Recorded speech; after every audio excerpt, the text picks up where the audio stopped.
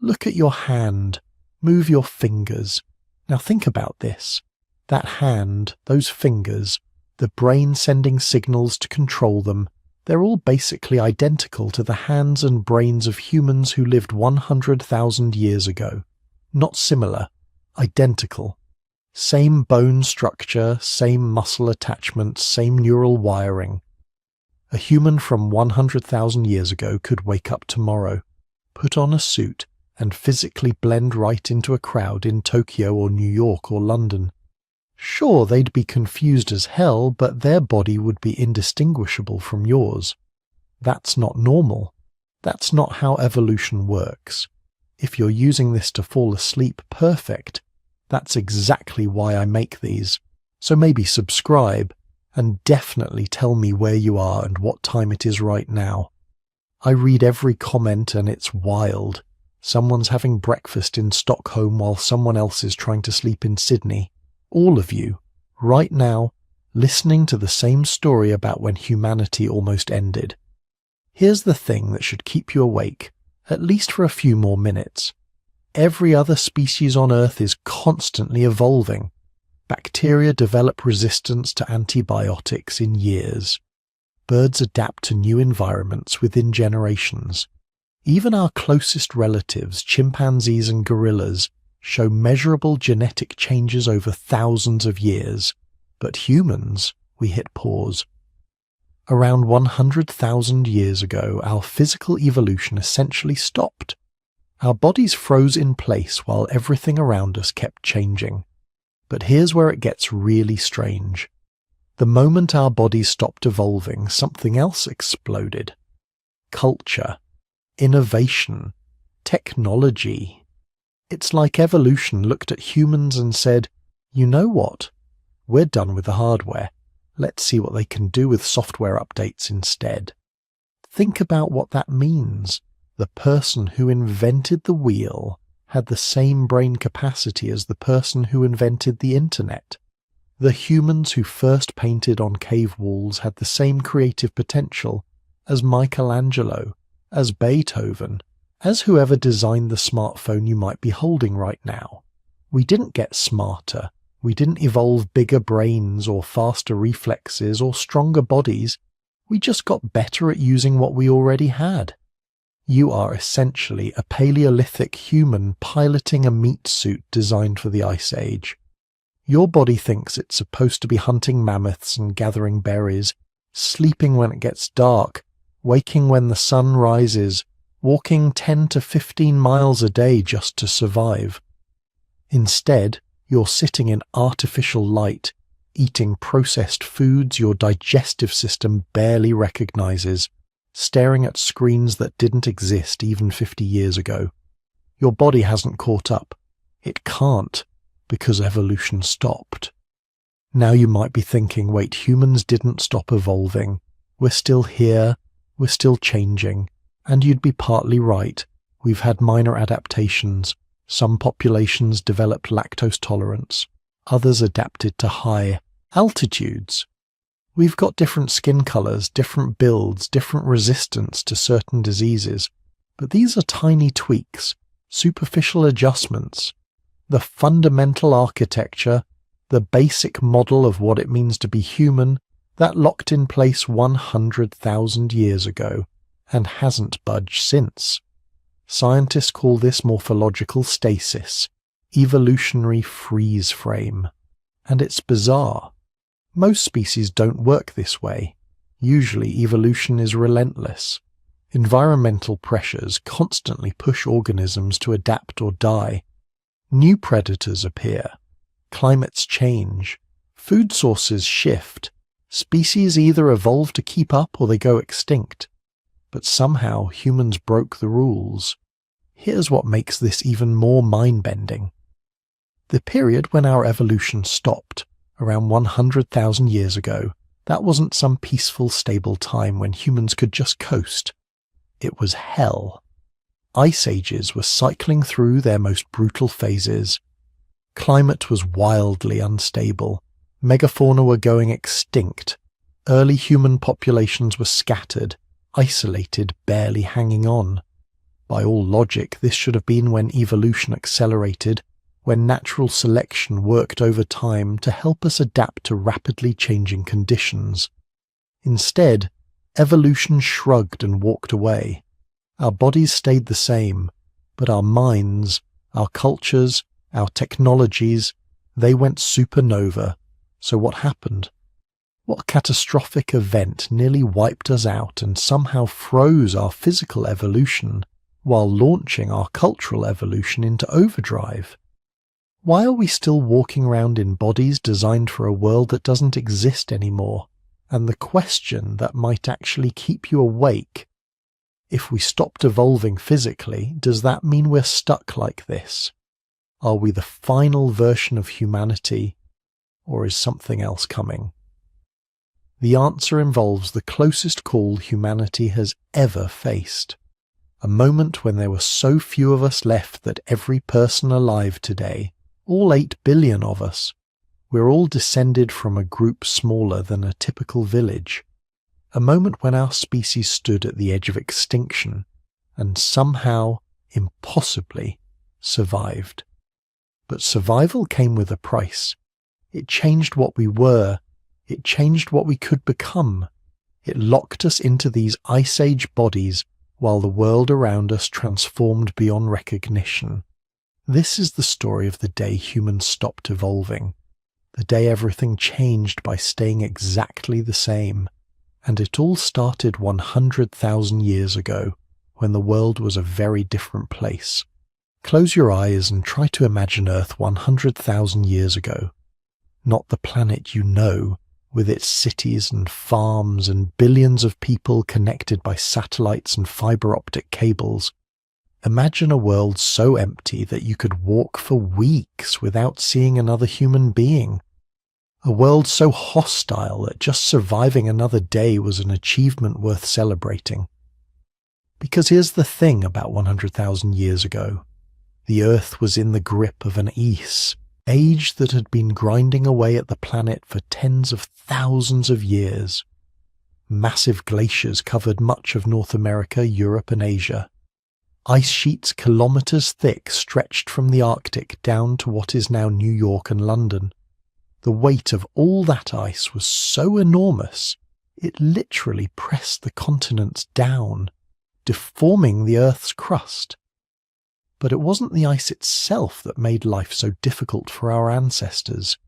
It was everything else the ice caused. Sea levels were 120 meters lower than today because so much water was locked up in glaciers.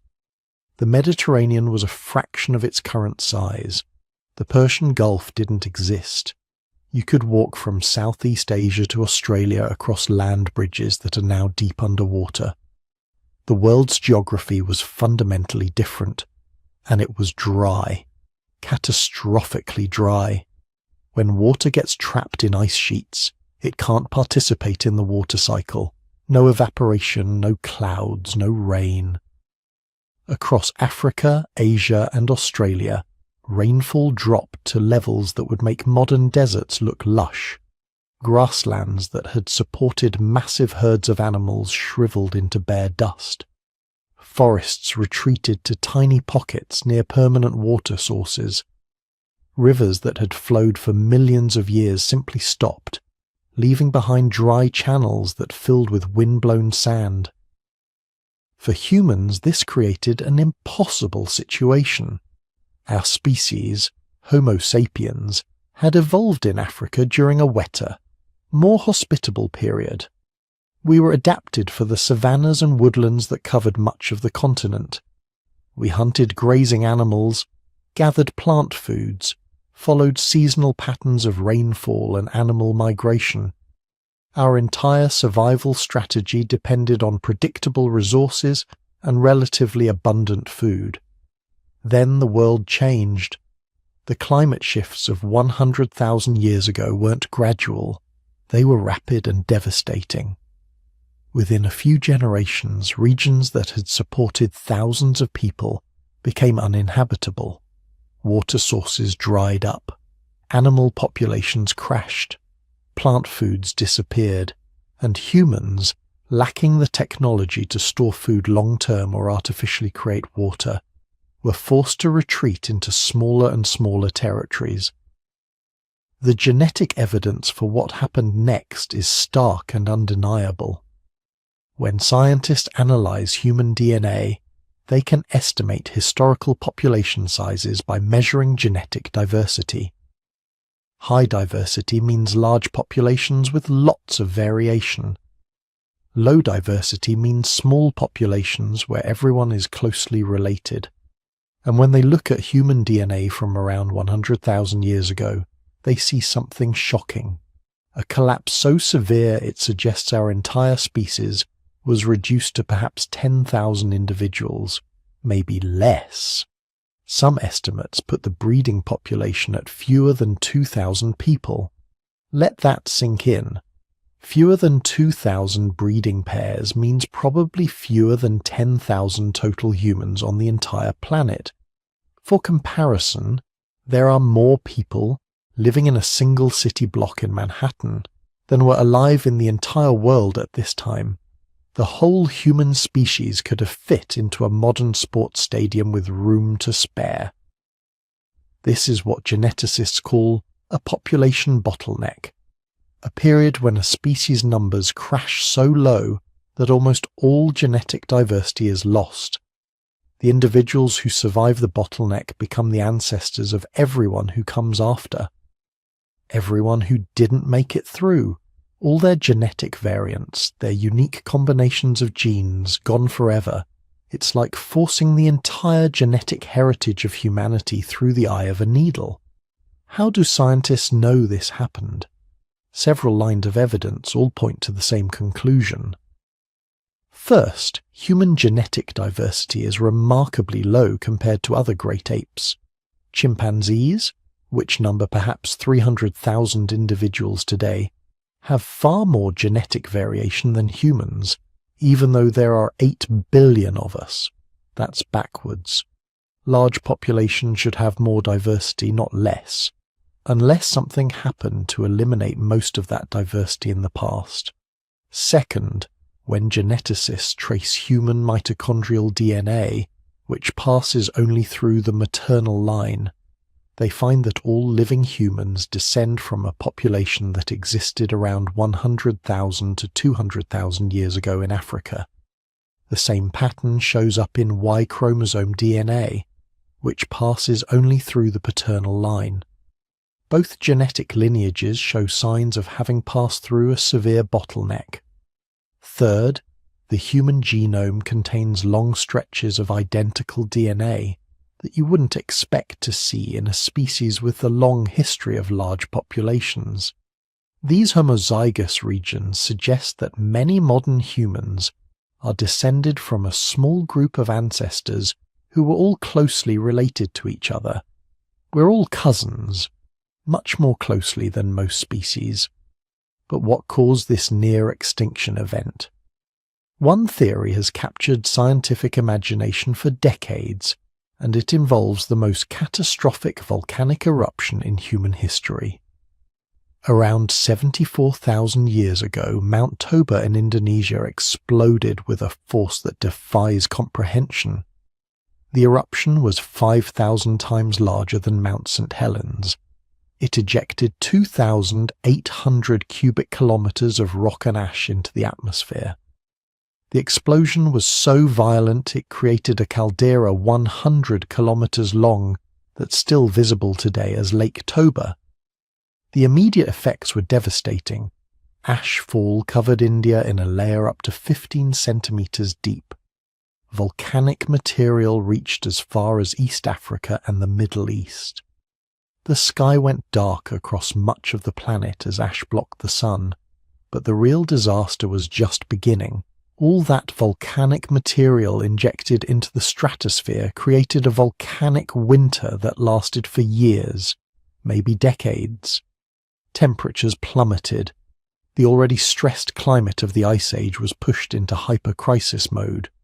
Volcanic sulfur dioxide formed, clouds of sulfuric acid that reflected sunlight back into space. Global temperatures may have dropped by 3 to 5 degrees Celsius on average, with some regions seeing drops of 10 degrees or more.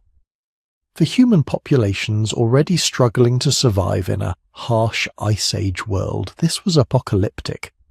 The few remaining grasslands and forests that had supported them collapsed entirely. Even the marginal refuges where people had clustered became uninhabitable. Archaeological sites from this period simply disappear in many regions. Not because people stopped leaving artifacts, but because there were no people left to leave them. But here's where the story gets complicated. The Toba catastrophe theory, while dramatic, is controversial. Recent archaeological evidence suggests that some human populations survived relatively close to the Toba eruption site. Stone tools and other artifacts from before and after the eruption show continuity, rather than complete population collapse in some regions. This has led some scientists to question whether Toba alone could have caused the bottleneck. The alternative theory is more gradual but equally deadly. Maybe it wasn't one catastrophic event, but rather the cumulative effect of millennia of climate instability. The period from 100,000 to 50,000 years ago was characterized by wild climate swings. Temperature and rainfall could change dramatically within a single generation. Resources that were abundant one decade could vanish the next. This created a survival lottery where even successful human groups could be wiped out by random environmental fluctuations they couldn't predict or prepare for. Under these conditions, maintaining large populations became impossible. Groups that grew too large quickly exhausted local resources. Groups that stayed in one place too long found themselves stranded when the climate shifted and made their territory uninhabitable. The only strategy that worked was staying small and mobile. Move when resources declined. Never let your population grow so large that you couldn't relocate quickly if necessary. This created what biologists call a metapopulation structure. Dozens, maybe hundreds of small human groups scattered across Africa, each containing perhaps 20 to 100 individuals. These groups rose and fell, went extinct and were replaced, but the overall network somehow survived.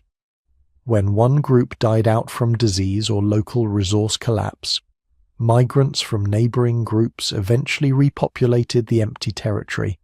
The network persisted even as individual nodes failed. But it was a desperate, precarious existence.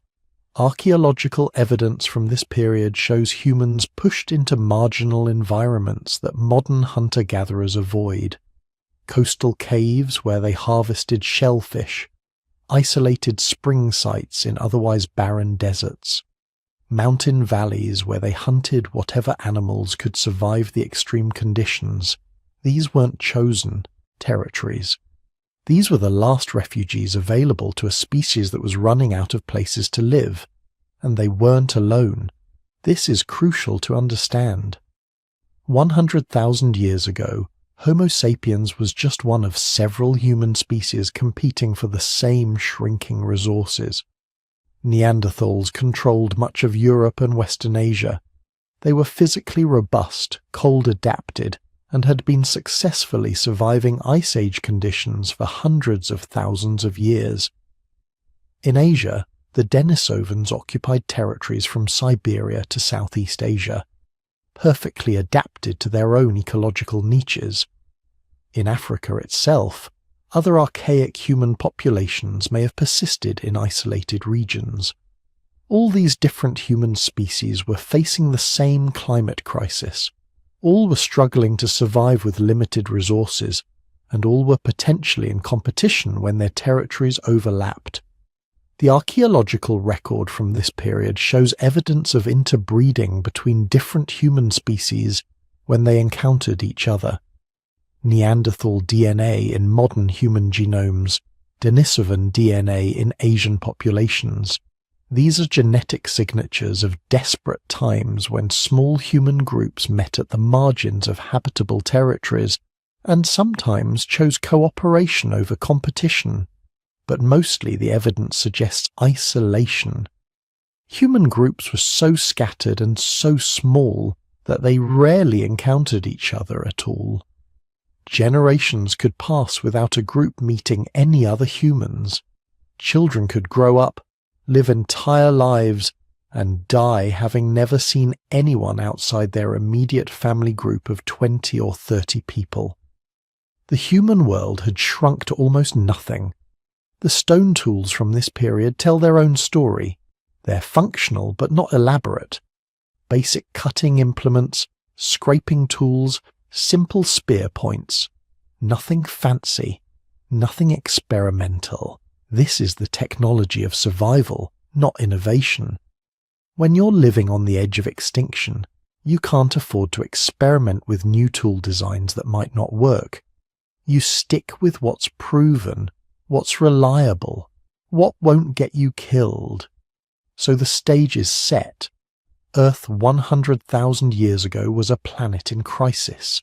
Ice sheets covering the northern continents, deserts expanding across Africa and Asia, rainfall patterns completely disrupted.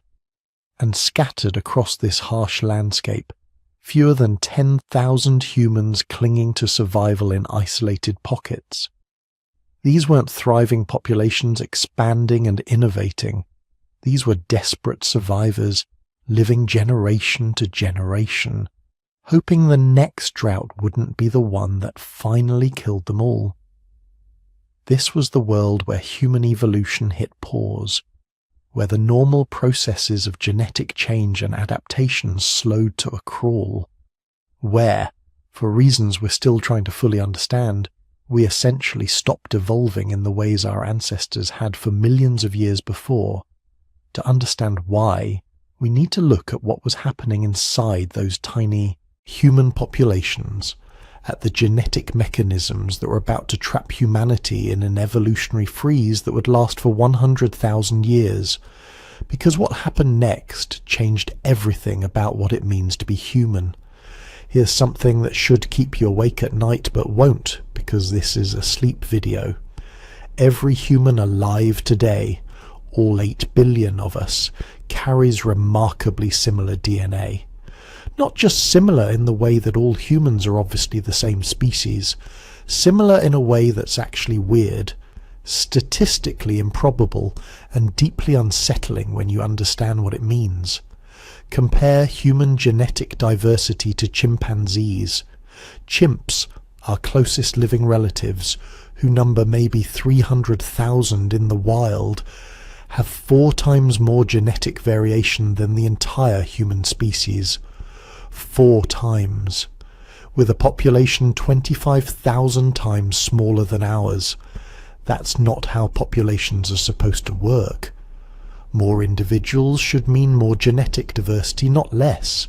But humans break that rule spectacularly. Or look at orangutans. There are only about 100,000 orangutans left in the wild, split between 2 species on different islands. They have more genetic diversity than humans. Gorillas, with populations under 200,000, more diverse than humans. Even some rodent species with tiny fragmented populations show greater genetic variation than we do.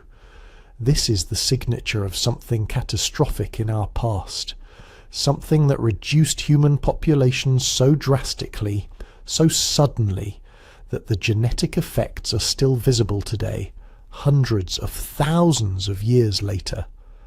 Geneticists call this a population bottleneck, and the evidence for it is written in every cell of your body.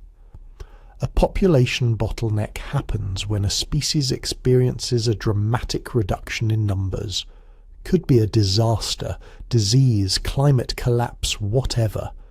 Most individuals die. Only a small group survives.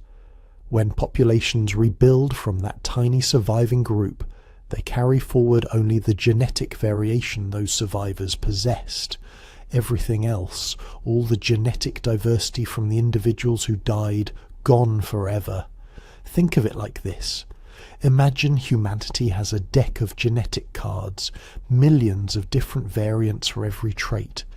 hair colour, height, immune system variants, everything. Now imagine someone takes that deck and randomly throws away 99.9% of the cards.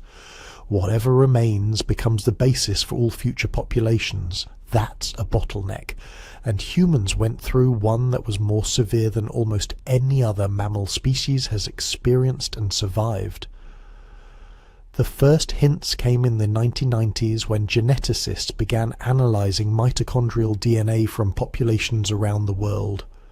Mitochondrial DNA is special because it passes only through the maternal line, from mother to child, unchanged except for occasional mutations.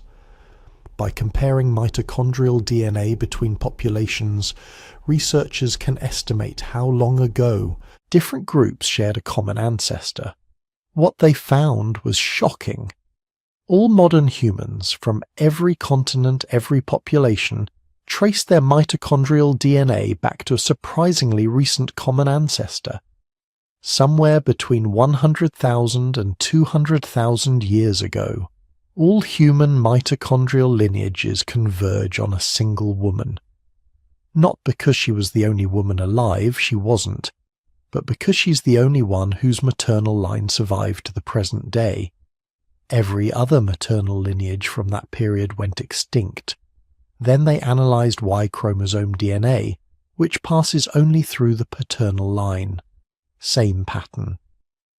All modern humans trace their Y chromosomes back to a single man who lived roughly the same time period. Again, not the only man alive, but the only one whose paternal line survived.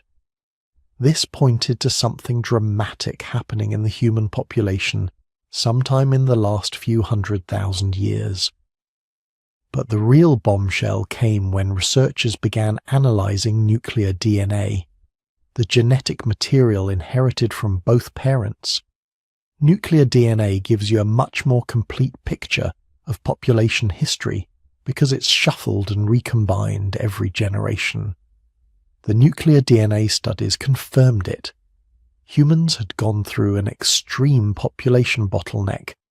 The genetic evidence suggested that at some point, probably between 50,000 and 100,000 years ago, the entire human population crashed to perhaps 10,000 individuals.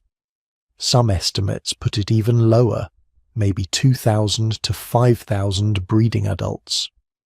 To understand how catastrophically small that is, consider this. There are more giant pandas alive today, about 2,000 in the wild, than there were breeding humans during the bottleneck. Giant pandas are considered critically endangered. Our ancestors were, by modern conservation standards, functionally extinct. But what caused it? The leading theory for years was Toba.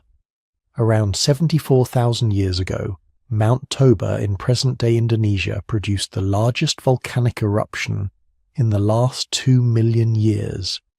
We're not talking about a mountain exploding. We're talking about 2,800 cubic kilometers of rock and ash ejected into the atmosphere. For comparison, Mount St. Helens in 1,980 ejected about 1 cubic kilometer. Toba was 2,800 times larger.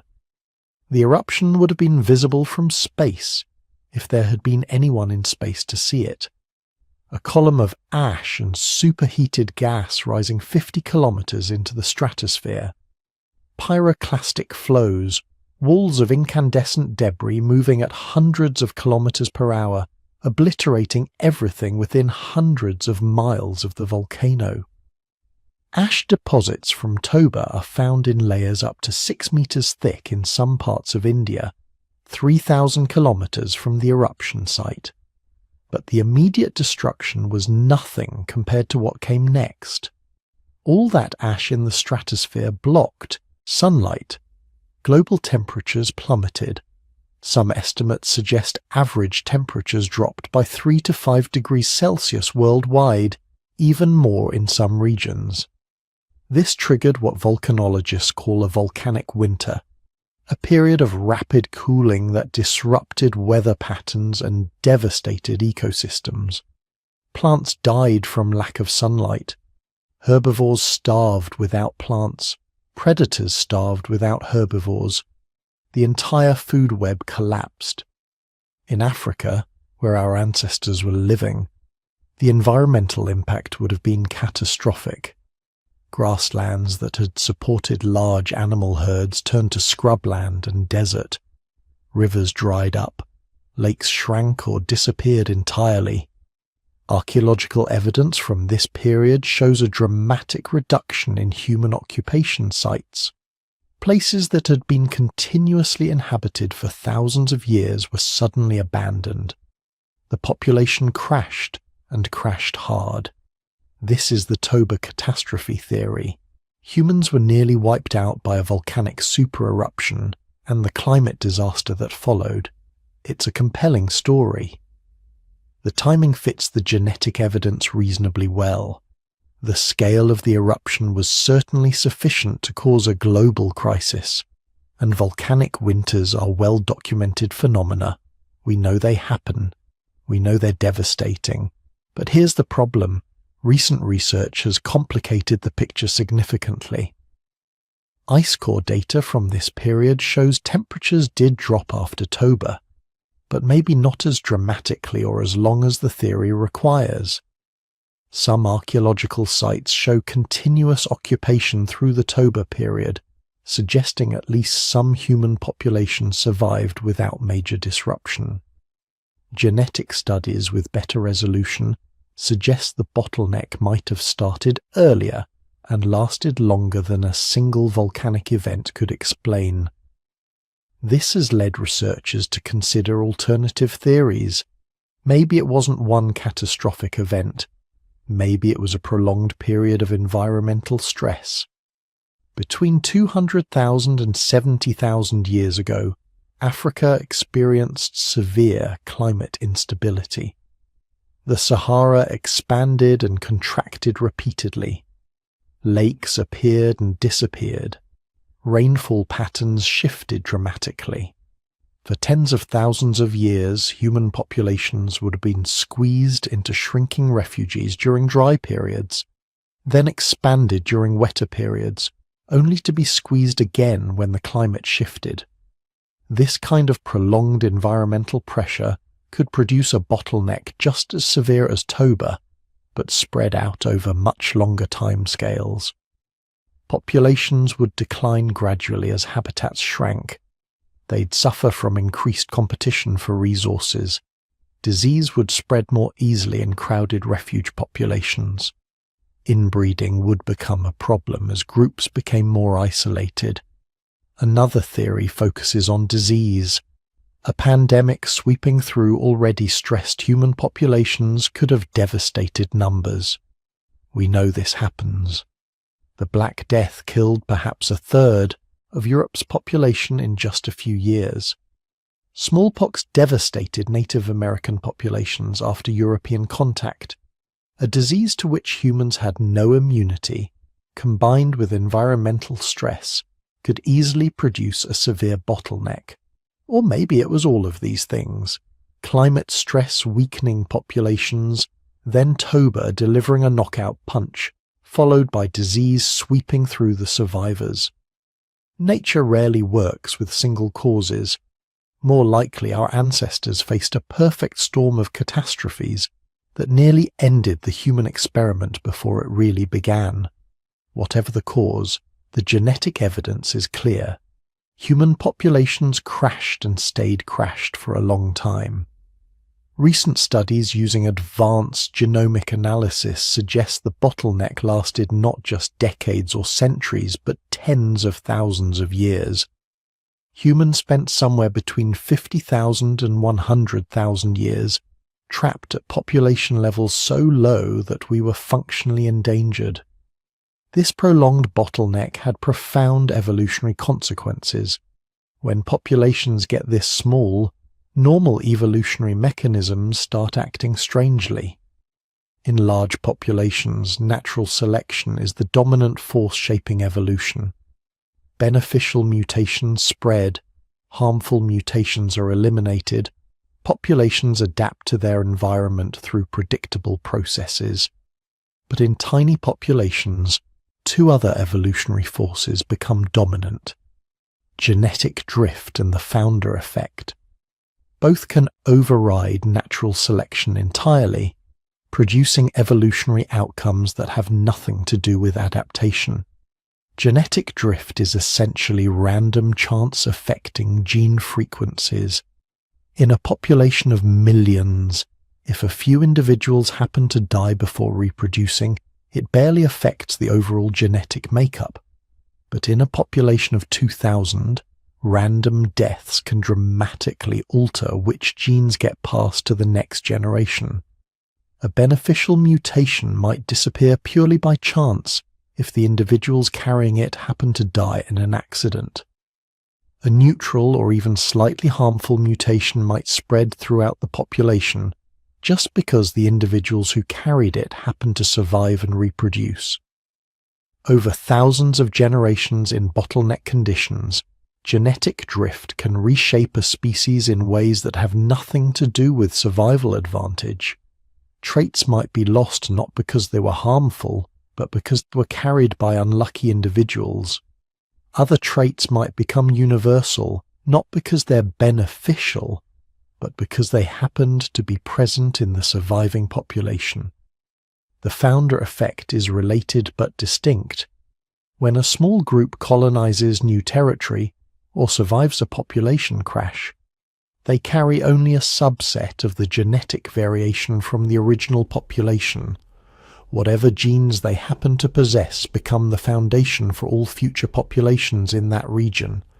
Even if those genes are rare variants that were uncommon in the original population, they might become standard in the new population simply because the founders carried them. During the human bottleneck, both processes would have been operating at full force.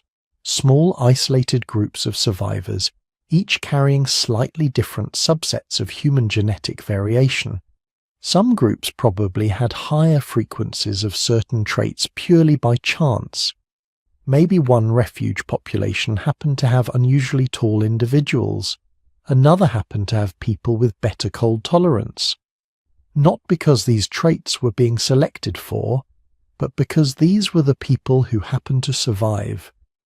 As these groups eventually expanded after the bottleneck ended, they carried their founder population's genetic peculiarities with them. This is why modern human populations show subtle differences in height, body build, cold tolerance, disease resistance. Not because different environments strongly selected for these traits, though that played a role, but because different founder populations happen to carry different variants, and those variants spread as populations expanded. But here's the really critical point about bottlenecks and human evolution. They stop everything. Or more precisely, they freeze evolutionary development in place. Natural selection requires variation to work with. If a population loses most of its genetic diversity, selection has fewer options. Evolution can't create completely new adaptations out of nowhere. It can only work with the genetic variation already present in the population. The human bottleneck stripped away most of our species' genetic variation.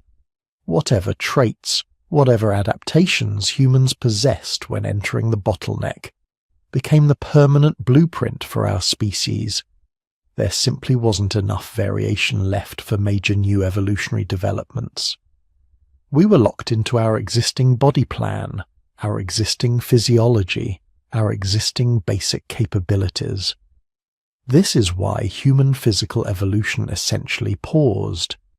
Not because we stopped experiencing natural selection, we didn't, but because we lacked the genetic raw material for selection to produce major changes. The humans who entered the bottleneck and the humans who emerged tens of thousands of years later were, in physical terms, essentially identical. Same body plan, same brain size, same basic capabilities. And here's the truly remarkable part. Those bottleneck survivors, those few thousand individuals who somehow kept humanity alive through the worst environmental crisis our species ever faced, they're your ancestors.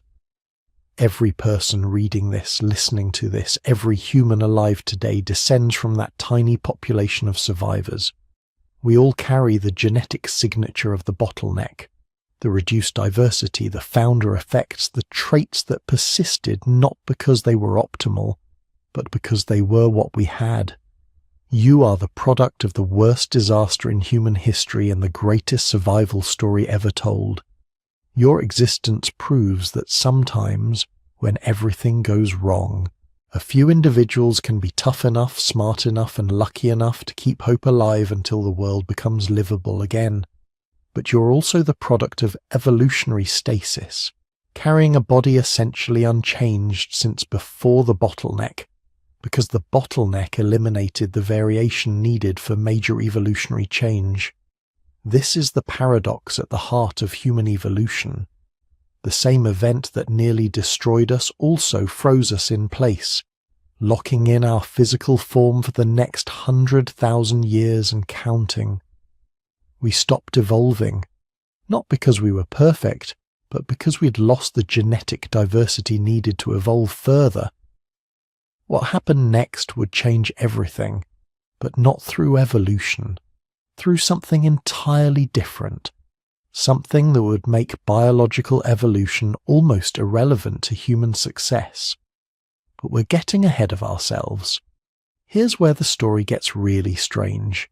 You'd think that after surviving the worst environmental catastrophe in human history, after being refined by 117,000 years of brutal natural selection, after spreading across the entire planet and encountering every climate and environment imaginable, human evolution would have kicked into high gear.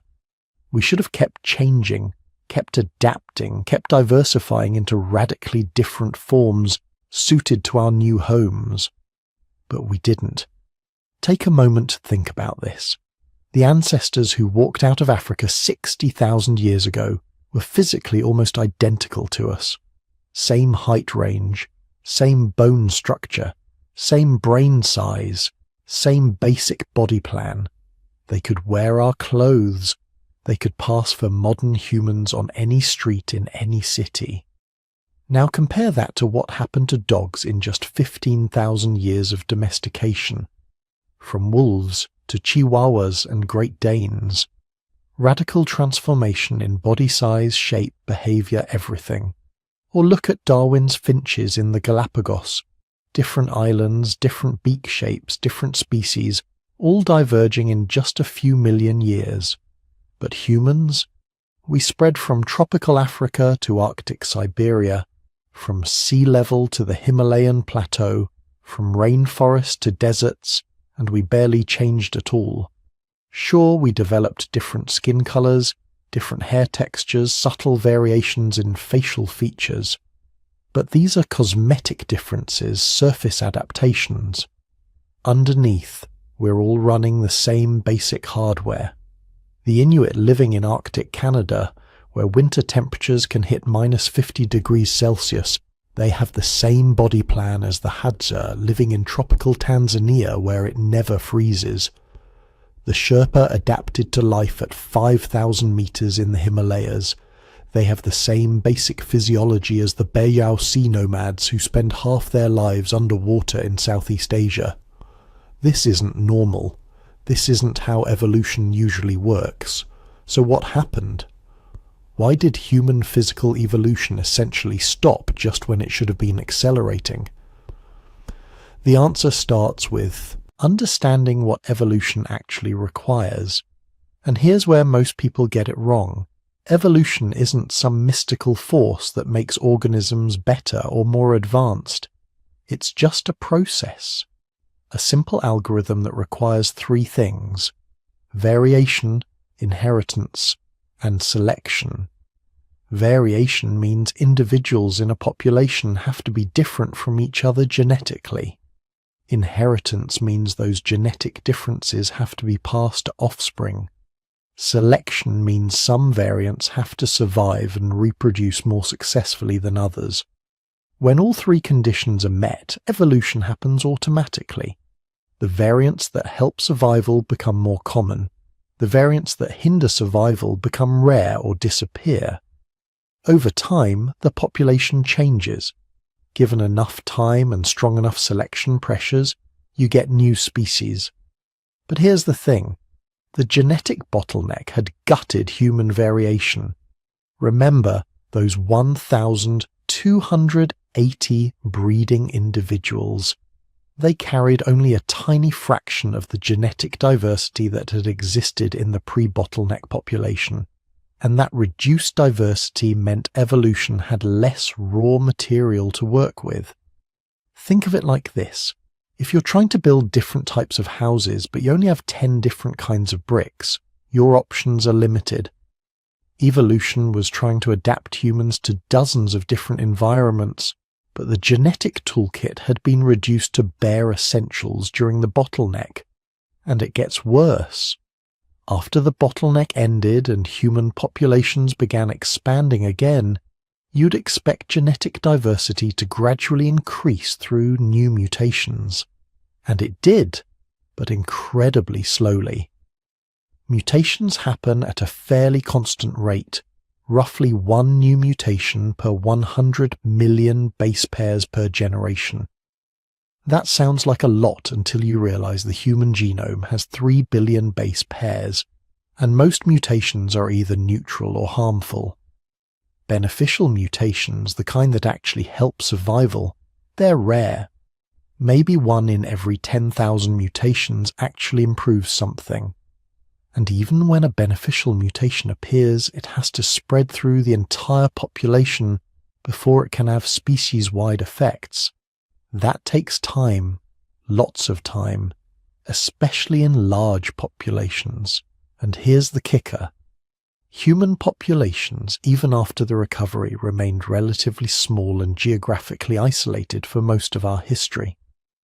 Those groups that left Africa 60,000 years ago, they were tiny, maybe a few hundred individuals initially.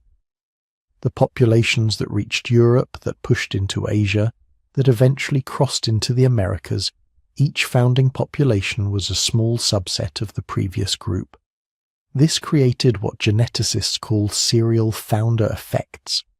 Each time a small group split off to colonize new territory, they carried only a fraction of the genetic diversity from their parent population. The Americas were colonized by maybe 200 individuals who crossed from Siberia. They carried only the genetic variants that happened to be present in that small founding group. Small populations mean reduced genetic diversity.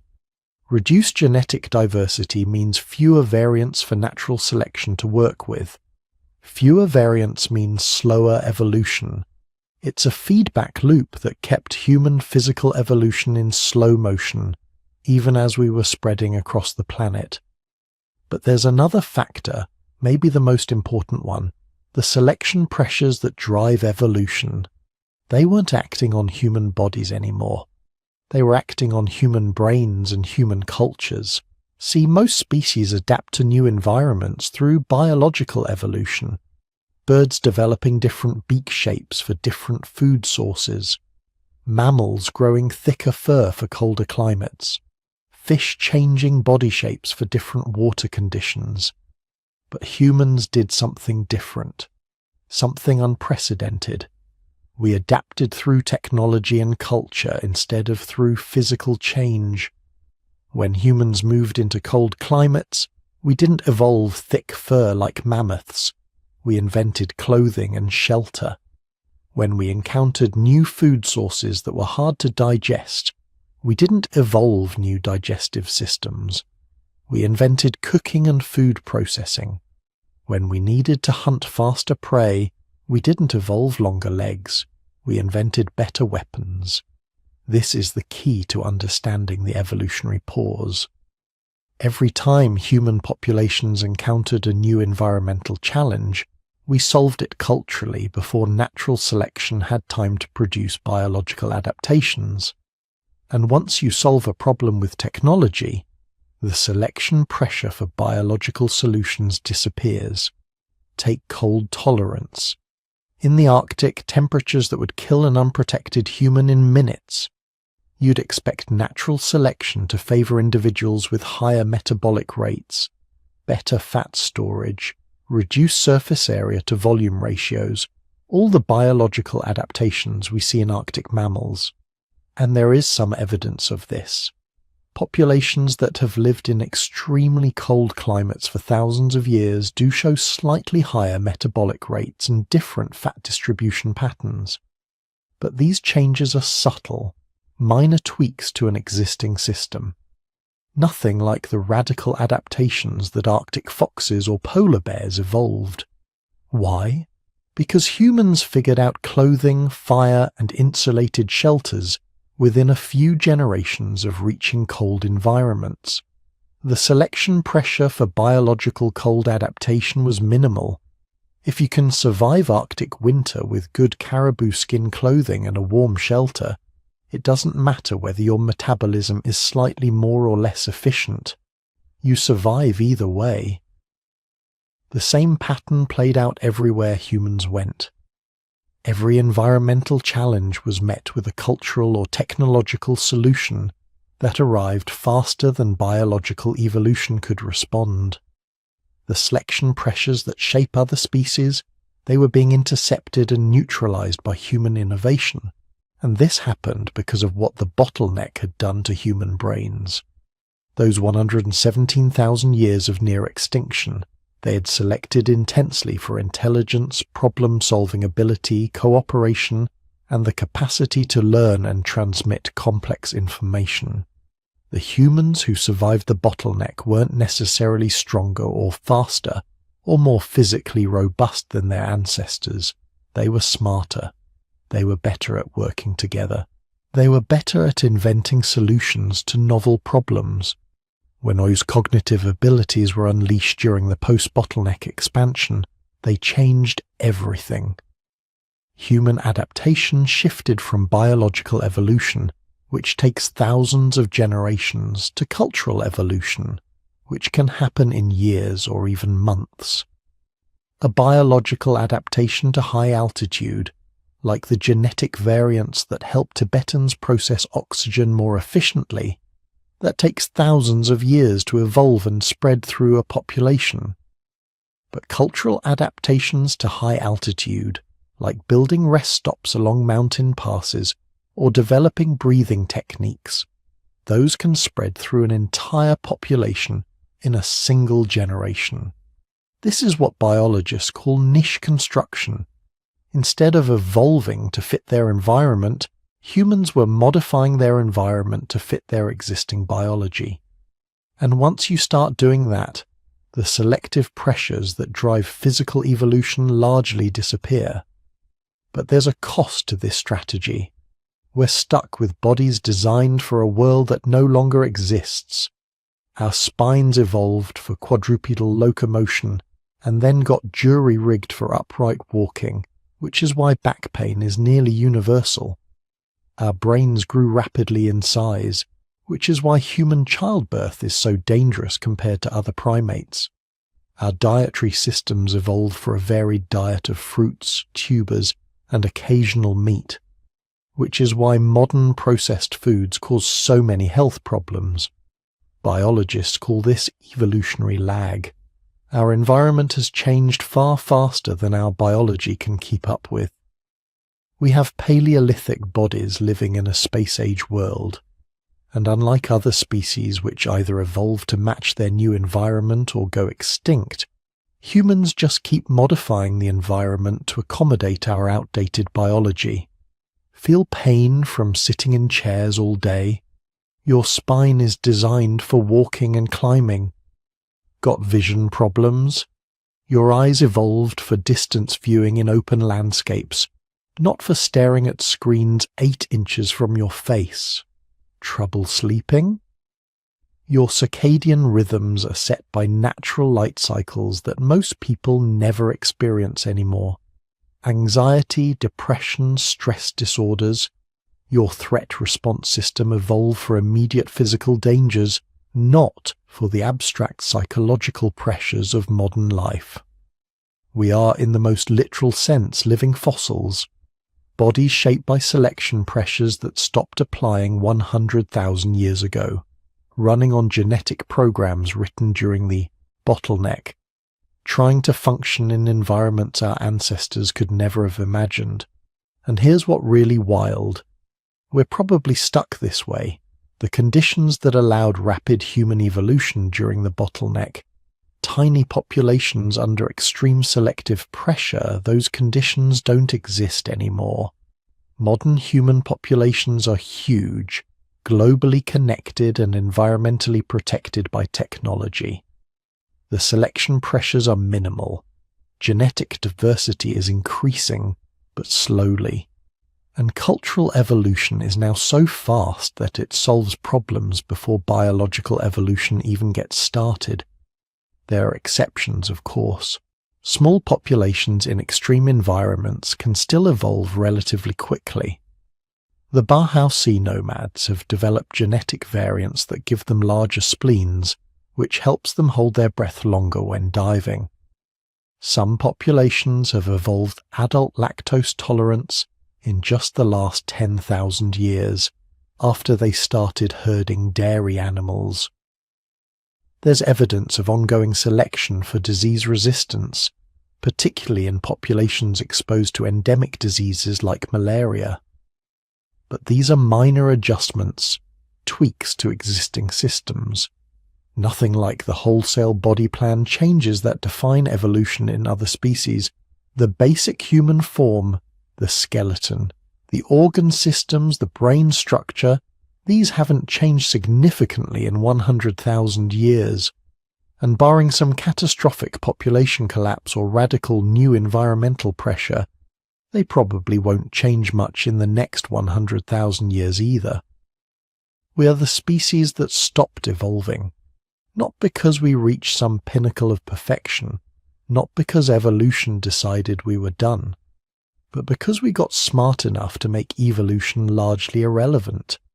We adapted through culture and technology instead of through genes and natural selection. It's an unprecedented strategy in the history of life on Earth, and it's made us the most successful large mammal that has ever existed. We occupy more of the planet than any other species our size. We exist in greater numbers than ecological models say should be possible. We've survived climates and conditions that should have required radical biological adaptations, all without significantly changing our basic body plan. But it's also left us with bodies that are increasingly mismatched to our environments. The faster our cultures and technologies change, the larger that mismatch becomes. We're running Stone Age hardware on quantum computing problems and feeling the strain. The evolutionary pause continues, and understanding why our bodies stopped changing helps explain why being human is so often uncomfortable in the modern world. We're not broken, we're not defective. We're just using 100,000-year-old equipment for tasks it was never designed to handle. And that's the story of how humanity became the frozen species. The population that survived the bottleneck and then stopped evolving, just when evolution should have mattered most. But if our bodies stopped changing, something else was just beginning. Something that would prove far more powerful than any biological adaptation could ever be. Human culture was about to explode. So here's where everything changes. Here's where human evolution takes the most unexpected turn in the history of life on Earth. Your ancestors survived the bottleneck. They endured 117,000 years of near extinction. They emerged with bigger brains, better cooperation, enhanced problem-solving abilities. Evolution had refined them into the most adaptable species the planet had ever seen. And then, right when you'd expect biological evolution to kick into high gear, something completely unprecedented happened. It stopped mattering. Not completely, not all at once, but around 100,000 years ago, the primary driver of human adaptation shifted from genes to something else entirely. Culture. This wasn't subtle. This was revolutionary. For billions of years, every organism that wanted to survive in a new environment had to evolve new adaptations biologically. Want to live in cold climates? Better evolve thick fur over hundreds of thousands of years. Need to hunt faster prey? Hope natural selection gives your descendants longer legs and better reflexes. Running out of food sources? Wait a few million years for your species to develop the ability to digest something new. But humans figured out a cheat code. Instead of waiting for evolution to slowly modify their bodies, they started modifying everything around them, and they started modifying their behavior faster than genes could ever change. Cold climate? Don't evolve fur. Kill an animal and wear its fur. Need to hunt faster prey? Don't evolve longer legs. Invent better weapons. Running out of food? Don't wait for your digestive system to adapt.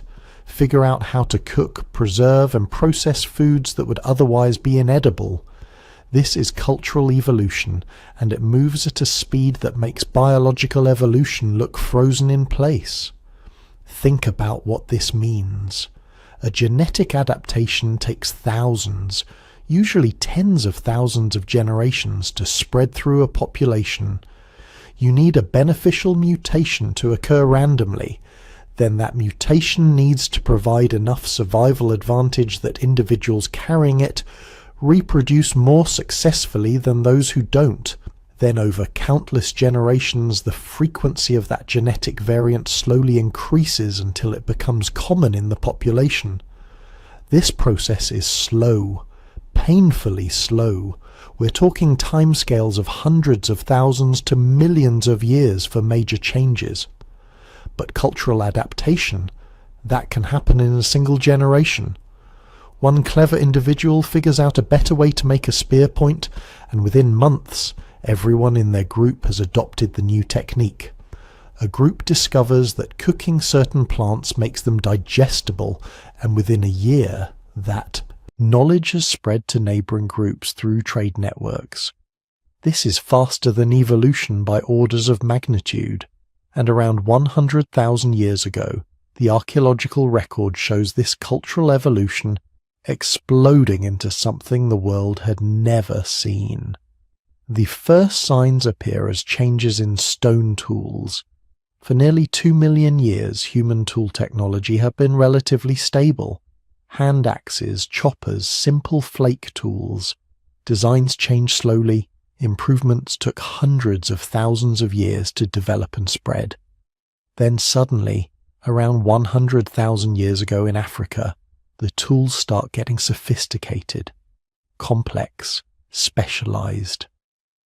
Archaeological sites from this period show dozens of different tool types, each designed for specific tasks.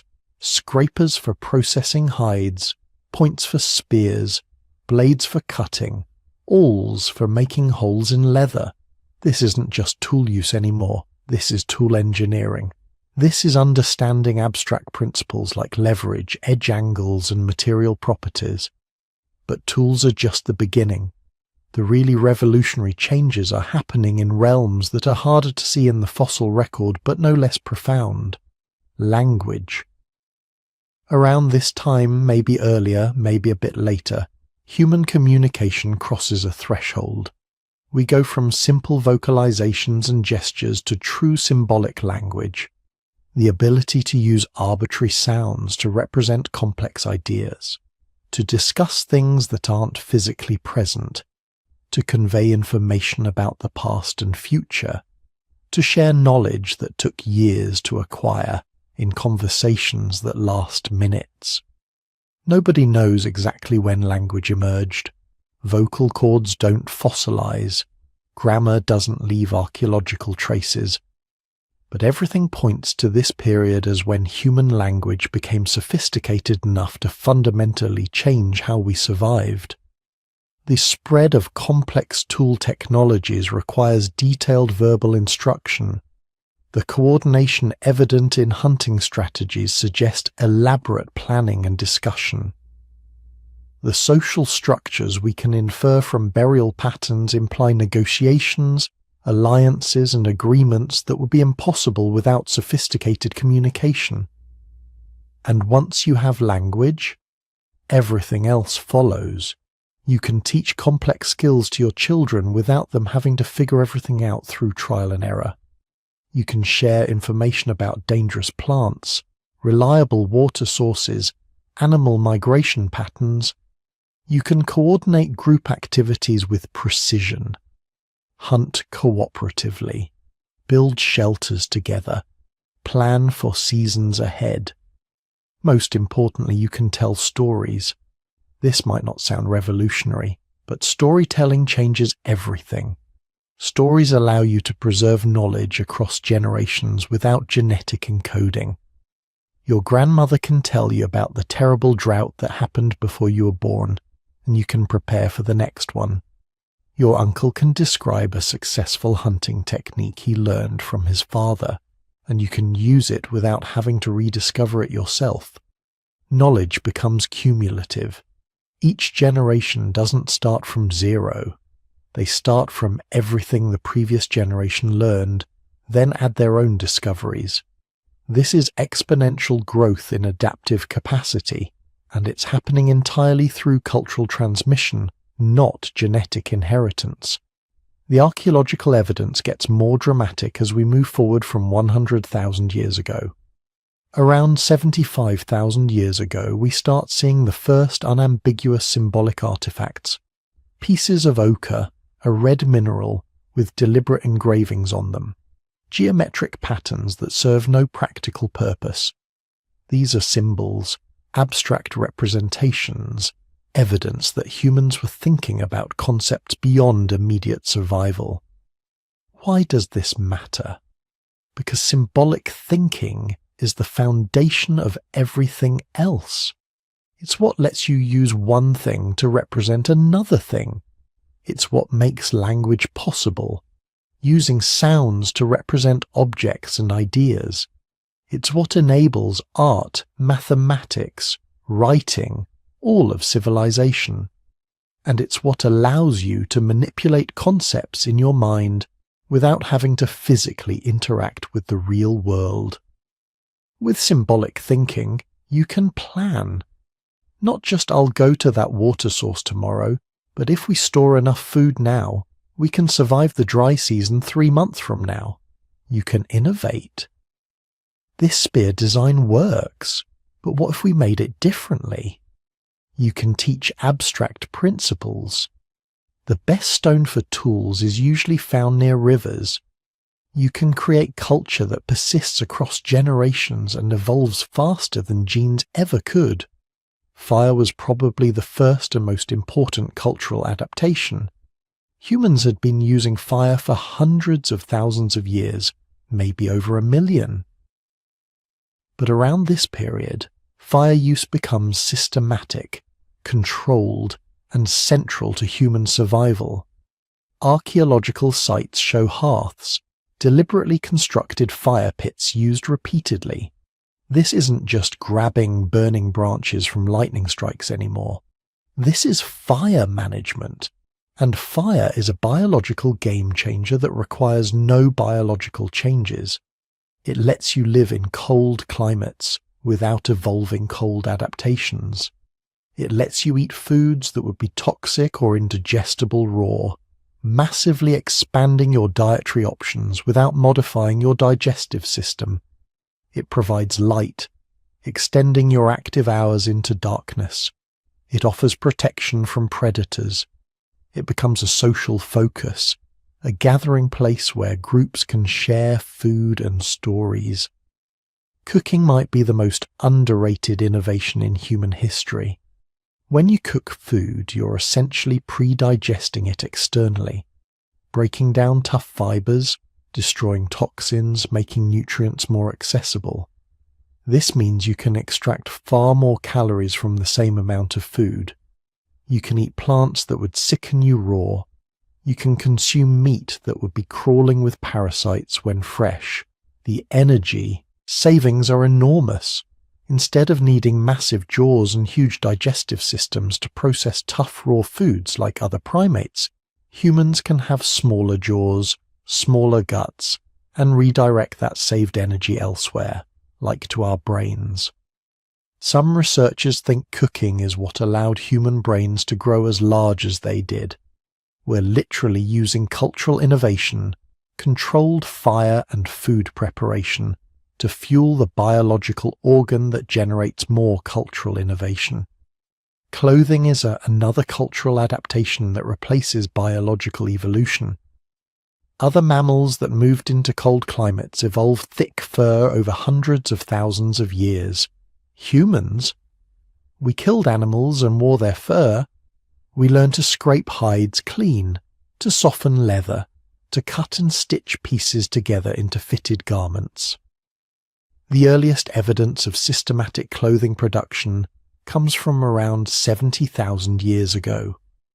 We find scrapers designed specifically for hide processing. We find bone awls for punching holes in leather. Eventually we find actual needles for sewing. This is technology replacing evolution.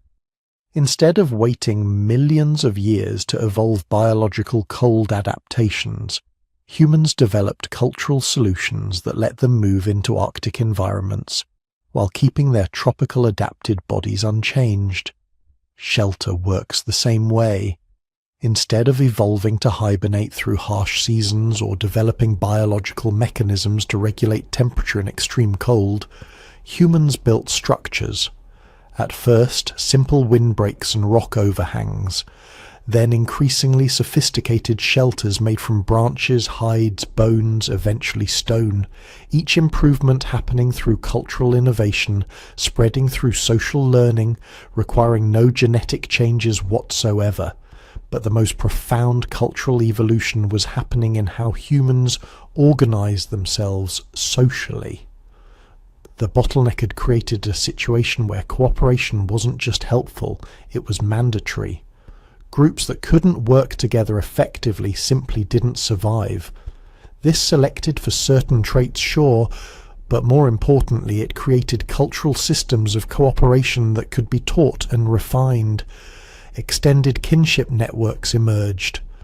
Not just immediate family, but recognition of relationships across multiple generations and through marriage alliances. These networks created obligations. If you were part of my extended kin group, I had responsibilities to help you, and you had responsibilities to help me. This created safety nets that no individual could provide alone. Trade networks developed, connecting groups separated by hundreds of miles.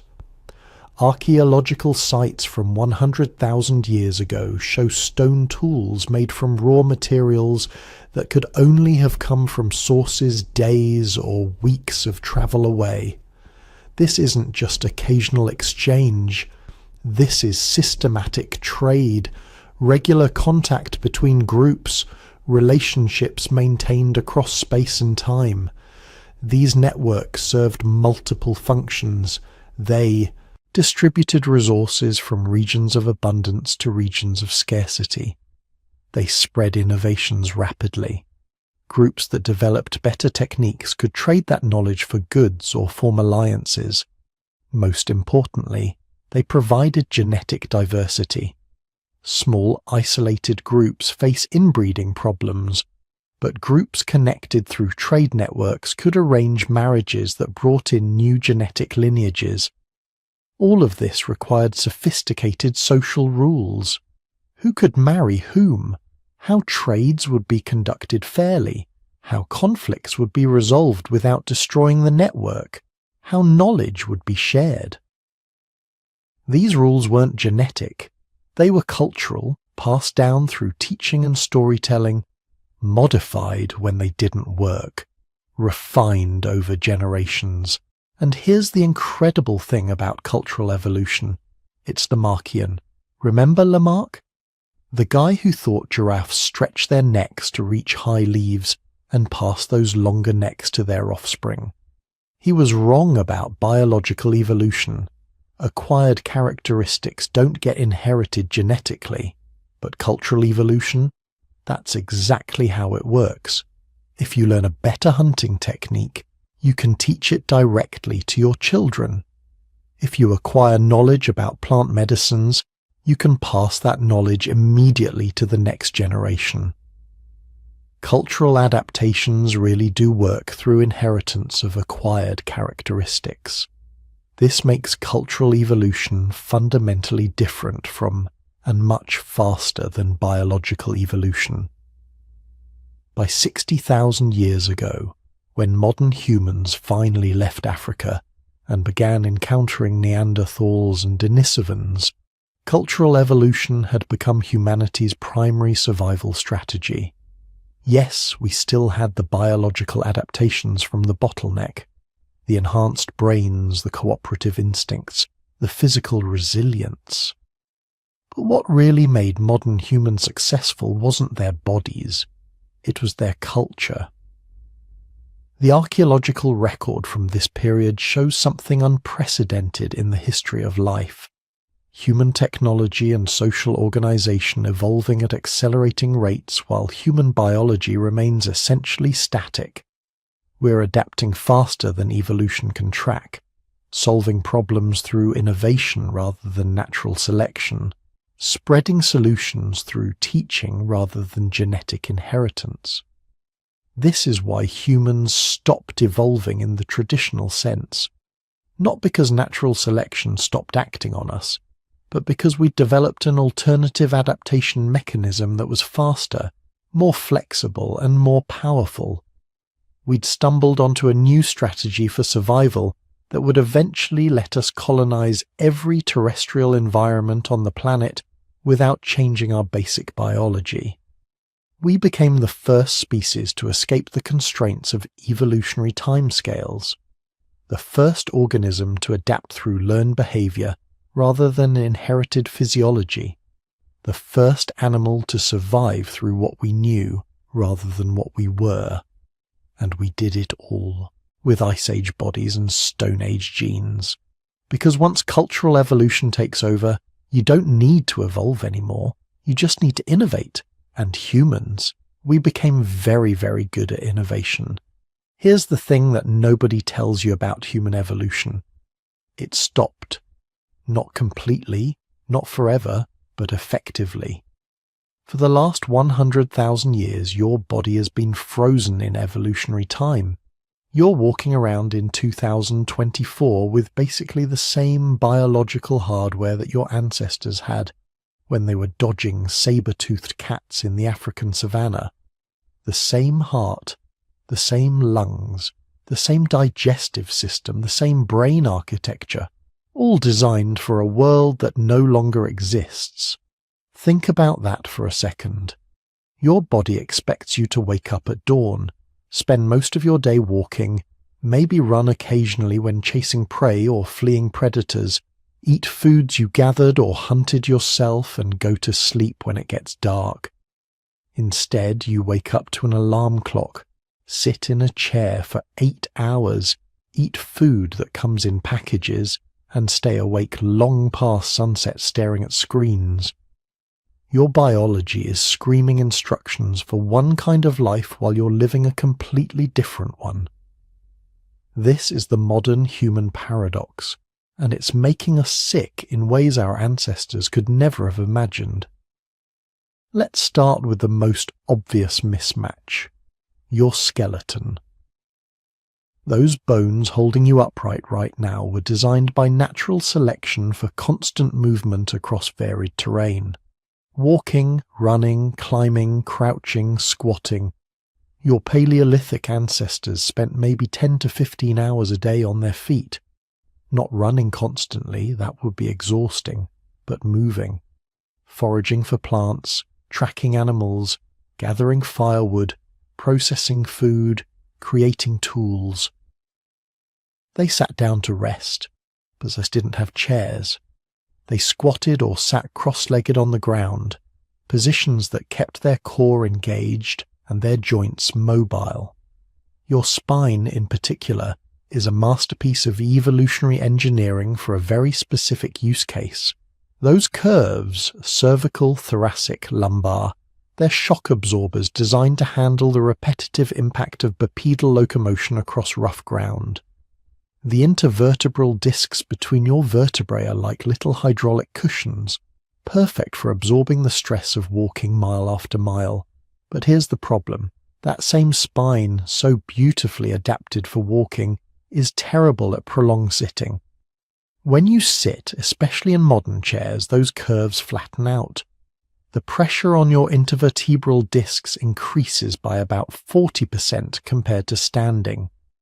Your core muscles, which should be constantly engaged to stabilize your spine during movement, switch off.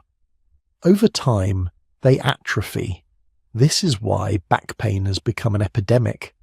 Not because our spines are poorly designed, but because they're perfectly designed for a lifestyle we no longer live. Lower back pain affects about 80% of people at some point in their lives. Our Paleolithic ancestors. Archaeological evidence suggests they had remarkably healthy spines well into old age. The difference isn't genetics, it's use. They used their bodies the way evolution designed them to be used. We don't. And it's not just your back. Your feet have the same problem. You have 26 bones in each foot, 33 joints, more than 100 muscles, tendons, and ligaments. This is an incredibly complex piece of engineering, designed to handle varied terrain, provide sensory feedback about ground conditions, and adapt to slopes, rocks, and uneven surfaces. Your ancestors walked barefoot or in minimal footwear. Their feet were strong, mobile, capable of gripping ground and flexing to absorb impact. Modern shoes, especially the kind with thick cushioned soles and rigid arch support, do all that work for you. Which sounds great until you realize that muscles that don't get used become weak. Your feet have essentially been in cast for most of your life. This leads to all kinds of problems. Plantar fasciitis, bunions, hammer toes, flat feet. These conditions were extremely rare in populations that went barefoot. They're endemic in populations that wear modern shoes. Your feet aren't broken. They're just not being used the way evolution intended. But the mismatch goes deeper than just musculoskeletal issues. Your entire metabolic system, the way your body processes and stores energy, is calibrated for a world of scarcity and uncertainty. Your Paleolithic ancestors never knew when their next meal was coming. Maybe they'd kill a large animal and feast for days. Maybe they'd go through a lean period with nothing but gathered plants and occasional small game. This unpredictability shaped your metabolism in profound ways. Your body is exceptionally good at storing energy as fat. Any excess calories you consume, anything beyond your immediate energy needs, gets converted to adipose tissue. This was a brilliant survival strategy 100,000 years ago. Those fat stores could keep you alive during periods when food was scarce. The individuals whose bodies were most efficient at storing fat during good times were the ones who survived bad times. They were the ones who reproduced. You inherited their genes. The problem is, for most people in developed countries, bad times never come. Food is available 24/7, cheap, calorie-dense food at that. Your body is still operating on Ice Age programming, trying to store every extra calorie in case of famine, but the famine never arrives. The result is obesity, metabolic syndrome, type 2 diabetes, conditions that were virtually unknown in hunter-gatherer populations, not because they had better genetics, but because their environment matched their biology. Your insulin response shows the same mismatch. Insulin is the hormone that regulates blood sugar.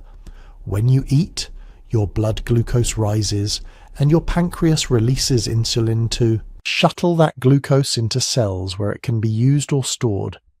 This system works beautifully when you're eating the kinds of foods your ancestors ate. Whole foods with fiber, protein, fat, nutrients in complex combinations. These foods are absorbed relatively slowly. Your blood sugar rises gradually. Your pancreas releases a measured amount of insulin. Everything stays balanced. Then you eat a candy bar or drink a soda or eat a bowl of refined cereal. Pure, rapidly absorbed sugar hits your bloodstream like a flood. Your blood glucose spikes dramatically. Your pancreas panics and dumps massive amounts of insulin into your system. Your blood sugar crashes, often dropping below where it started. Now you feel hungry again even though you just ate, so you eat more simple carbs. The cycle repeats. Over years, your cells become resistant to insulin. Your pancreas has to produce more and more to get the same effect. Eventually, the system breaks down entirely. Type 2 diabetes. This isn't a design flaw. This is a perfectly good system being asked to handle inputs it was never designed for. Your ancestors didn't have access to refined sugars and processed carbohydrates. The sweetest thing they might encounter was honey, and even that was rare and came mixed with wax and pollen, moderating its absorption. Their diet consisted of things that had to be chewed extensively, that released energy slowly, that came packaged with fiber and micronutrients. Their metabolic systems never had to deal with the concentrated calorie bombs that fill modern supermarkets. The same evolutionary logic explains why fat, especially saturated fat, tastes so good to you. For your Paleolithic ancestors, animal fat was an incredibly valuable resource. It's the most calorie-dense food in nature. 9 calories per gram compared to 4 for carbohydrates or protein. Getting fat meant survival. Your brain developed reward pathways that flooded you with pleasure chemicals when you ate fatty foods, encouraging you to seek them out and consume as much as possible when available. Those same reward pathways are still active. They make you crave cheeseburgers and ice cream. They made perfect sense in a world of scarcity. They're causing a health crisis in a world of abundance. But perhaps the most profound mismatch is in your sleep patterns. Your circadian rhythm, the internal clock that regulates sleep and wakefulness, is controlled by exposure to light. Specifically, blue light wavelengths that signal daytime.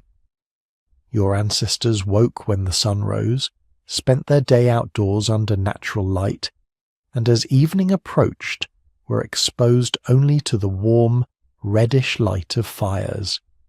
Their melatonin production, the hormone that induces sleep, ramped up naturally as the light changed. By the time full darkness arrived, they were ready for sleep. You, on the other hand, are exposed to bright artificial light until the moment you decide to sleep. Overhead lights, computer screens, smartphones, all emitting blue light that tells your brain it's still daytime. Your melatonin production is suppressed. Even when you finally turn off the lights and lie down, your brain is still in daytime mode. This is why so many people struggle with insomnia, not because there's something wrong with their sleep systems, but because those systems are receiving confusing signals from an environment they weren't designed to handle. The effects of chronic sleep disruption cascade through every system in your body. Immune function declines. Metabolic regulation becomes impaired. Cognitive performance suffers. Emotional regulation breaks down. Your Paleolithic ancestors probably slept 8 to 10 hours a night in alignment with natural light cycles. Modern humans average about 6.8 hours, often of poor quality. We're running on a sleep deficit that our biology simply wasn't designed to handle. Then there's stress. Your stress response system, the hypothalamic pituitary adrenal axis, is a marvel of evolutionary engineering. When you encounter a threat, your body shifts into emergency mode. Cortisol and adrenaline flood your system. Your heart rate increases. Blood flow is redirected from non-essential systems like digestion to muscles that might need to fight or flee. Your pupils dilate. Your attention narrows to focus on the immediate threat. This response kept your ancestors alive when they encountered predators or hostile groups. The threat would appear, the stress response would activate, the situation would resolve one way or another, and the system would reset. But your stress response doesn't distinguish between a saber-toothed cat and a nasty email from your boss. It treats them the same way. Threat detected, emergency mode activated. The problem is, the email doesn't go away after a few minutes. It sits in your inbox. The deadline keeps approaching. Your mortgage payment is still due. Your stress response stays activated, sometimes for hours, days, weeks. Chronic stress elevation. Your body is constantly in emergency mode, burning through resources, suppressing long-term maintenance systems like immune function and tissue repair, because it thinks you're in immediate danger. Your ancestors experienced acute stress followed by resolution. You experience chronic stress without resolution. The system isn't broken, it's just being used in a way it wasn't designed for. The result is anxiety, depression, cardiovascular disease, suppressed immune function, accelerated aging. All downstream consequences of a stress response system that's stuck in the on position. Even your social instincts are mismatched with modern life. Humans evolved as intensely social creatures, but in very specific group sizes and structures. Anthropological evidence suggests our ancestors lived in bands of 20 to 50 individuals, part of larger tribal networks of maybe 150 to 200 people. These were your people. You knew everyone. You saw them daily. You cooperated on survival tasks. You shared resources. You told stories around fires.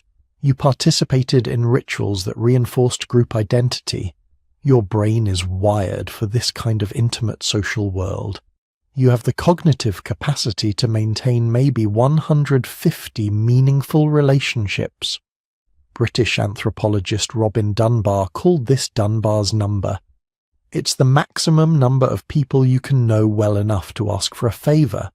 Your brain can track social obligations, relationships, status hierarchies for about 150 people. Beyond that, things get fuzzy. Modern life violates this in every direction. You're surrounded by thousands, maybe millions of people in cities. You encounter hundreds of faces every day on commutes and in public spaces. Your brain can't process this. You end up treating the vast majority of humans you encounter as NPCs, background characters in your life. At the same time, you might know only a handful of people with real intimacy. You don't have the band, the tribe, the village. You have a fragmented network of relationships mediated by screens and schedules. Social media makes this even worse. Now you're supposed to maintain connections with hundreds, maybe thousands of online contacts.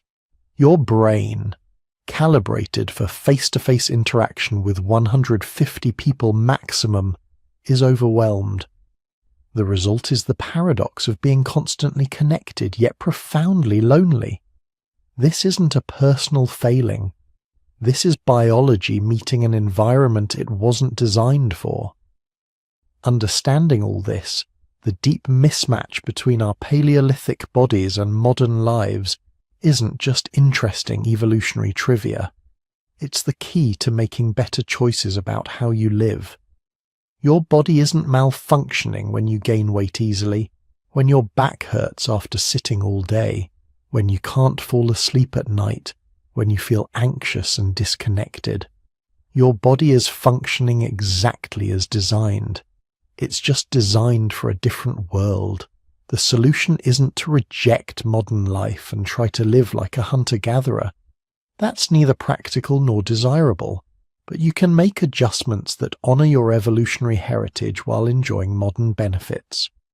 Move more, throughout the day, in varied ways. Eat whole foods that would have been recognizable to your ancestors. Regulate your light exposure. Prioritize sleep. Find ways to manage stress that include physical resolution. Exercise, basically. Cultivate real social connections with a manageable number of people. None of this is about romanticizing the past. Paleolithic life was hard, dangerous, and short. Modern medicine, technology, and social organization have given us longer, healthier, more comfortable lives than our ancestors could have imagined. But we pay a price when we ignore the fundamental realities of our biology.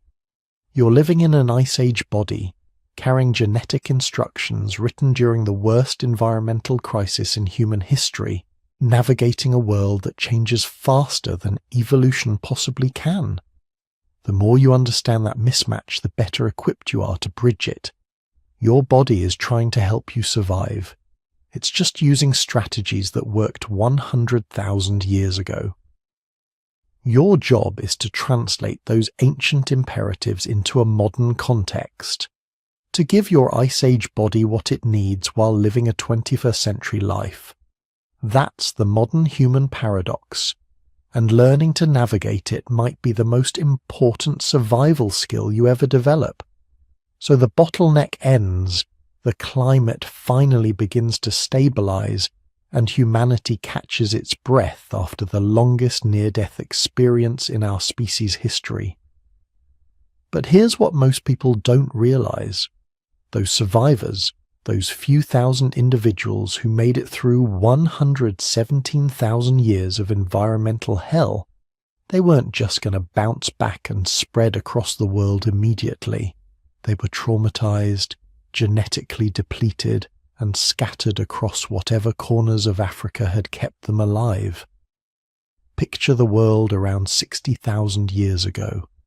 Your ancestors have spent hundreds of generations learning to survive in a very specific set of African environments. They know which plants are edible, which water sources are reliable, whether game animals migrate during different seasons. They've perfected survival in their little corner of the world. And now you're asking them to leave, to walk away from everything they know and venture into completely unknown territories. That's exactly what happened, and it changed everything.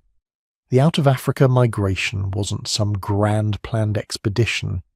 It wasn't thousands of people deciding to march north in search of new lands. It was probably much smaller, much more desperate. Maybe a few extended family groups, perhaps 200 or 300 individuals total, who found themselves pushed to the margins of their territories. Maybe their region was getting overcrowded. Maybe they were fleeing conflict with neighboring groups. Maybe they were just following game animals that were migrating into new areas as the climate shifted. Whatever the reason, they left, and when they did, they were carrying something unprecedented. Not just their genes, not just their stone tools, but something far more powerful. They were carrying culture, knowledge accumulated over thousands of generations, stories about how their ancestors had survived when everything went wrong, technologies that had been refined through trial and error over millennia. These weren't primitive humans stumbling blindly into an unknown world. These were the descendants of the bottleneck survivors, the most evolutionarily tested, culturally sophisticated humans who had ever existed. And they were about to prove it. The first migrations probably followed the coast. Basic survival strategy: stay near water, follow the shoreline, exploit marine resources as you go. Archaeological evidence suggests these early migrants were sophisticated seafood collectors. Shell middens, ancient garbage dumps of discarded shells and bones, show up along ancient coastlines from the Red Sea to Southeast Asia. These people weren't just eating whatever they found. They were systematically harvesting shellfish, fish, seabirds, even marine mammals. They had figured out how to exploit an entirely new food source that most of their African ancestors had never seriously utilized. This coastal migration strategy was brilliant for several reasons. Coastlines provide consistent resources year-round. When inland game is scarce, the ocean keeps producing. Coastal routes also provide natural highways. You don't need complex navigation. Just follow the shore, and crucially, coasts connect. Follow the shore of Africa long enough, and you end up in the Middle East. Keep going, and you're in Asia. Within just a few thousand years, barely a blink in evolutionary terms, the descendants of those first migrants had spread along the entire southern coast of Asia. Archaeological sites in Arabia, India, Southeast Asia, even Australia, all show signs of human occupation dating to between 60,000 and 50,000 years ago. These are the coastal pioneers moving faster than any human population had ever moved before, not because they were more mobile, but because they had figured out how to take their food supply with them. But here's where it gets really interesting. As these groups spread, they weren't evolving into different species. Remember, the bottleneck had done something unique to human genetics. We had already been through the evolutionary ringer. Our genes had been selected for adaptability, for the ability to survive dramatic environmental changes. So when these migrants encountered new environments, tropical rainforests, seasonal monsoon regions, arid deserts, they didn't need biological evolution to survive. They had something better. Cultural adaptation. A group moving into a tropical rainforest didn't need to evolve new digestive systems to handle different foods. They just needed to figure out which plants were safe to eat, how to process toxic foods to remove poisons, which animals could be hunted effectively. This knowledge could be learned, tested, refined, and passed down within a single generation. Evolution would take thousands of generations to accomplish the same thing. The archaeological record from this period shows an explosion of specialized tools. Groups in forested regions developed sophisticated traps and snares. Those in open grasslands refined long-distance projectile weapons. Coastal populations created specialized fishing gear. Each group was adapting rapidly to local conditions, but they were doing it through innovation, not evolution. And then they met their cousins. Somewhere in the Middle East, maybe along the eastern Mediterranean coast, or perhaps in the mountains of the Caucasus, modern humans migrating out of Africa encountered populations that had left much earlier. Neanderthals. These weren't strangers, not really. They were the descendants of humans who had left Africa hundreds of thousands of years earlier, who had been adapting to Ice Age Europe while our ancestors were surviving the bottleneck in Africa. We know what happened next because we can read it in our DNA. They had children together. Multiple times, over thousands of years, modern humans and Neanderthals formed relationships, had kids, and those children survived, reproduced, and passed on a mix of genes from both populations. Today, if you have any ancestry from outside Africa, you're carrying roughly 2% Neanderthal DNA. That's the genetic signature of Ice Age love stories written across tens of thousands of years. But this wasn't just romantic, it was strategic. Those Neanderthal genes weren't random. Natural selection kept the useful ones and discarded the rest. The Neanderthal genetic variants that show up most strongly in modern populations are related to immune function, skin pigmentation, and cold tolerance. In other words, modern humans entering Europe encountered new diseases, new climate challenges, new environmental stresses. And conveniently, they met populations that had already adapted to those challenges.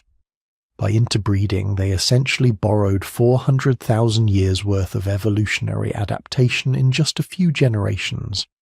The same thing happened in Asia, but with a different group, Denisovans. We know even less about them because we've found only a handful of Denisovan fossils, mostly fragments from a single cave in Siberia.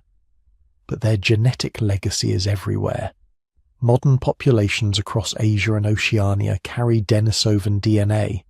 Some Pacific Islander groups have as much as 6%. And just like with Neanderthals, the Denisovan genes that persisted aren't random. They include variants that help process oxygen at high altitudes, still present in modern Tibetan populations. Variants related to immune function. Variants that help metabolize different types of foods. Think about what this means. As modern humans spread across the world, they weren't just adapting through their own innovations. They were incorporating genetic adaptations from populations that had been preparing for hundreds of thousands of years. It's like showing up to a foreign country and immediately downloading centuries of local knowledge directly into your DNA. Survival hacking on a genetic level. But here's the crucial part. Despite all this interbreeding, despite adapting to radically different environments from the Arctic to the tropics, despite developing completely different cultures, languages and technologies, humans remained one species. A human from Africa could have children with a Neanderthal. Those hybrid children could have children with Denisovans, and all of those descendants could interbreed freely with each other. The bottleneck had created a kind of genetic unity that was incredibly difficult to break. We'd all passed through the same evolutionary filter, all been refined by the same 117,000 years of selection pressure. That shared genetic heritage was strong enough that even hundreds of thousands of years of separate evolution couldn't completely divide us. As human populations spread into new territories, they faced challenges that would have killed earlier human species. The first humans to push into northern Europe encountered winters that lasted 8 months, with temperatures dropping to -40 degrees. They didn't evolve thick fur or hibernation abilities.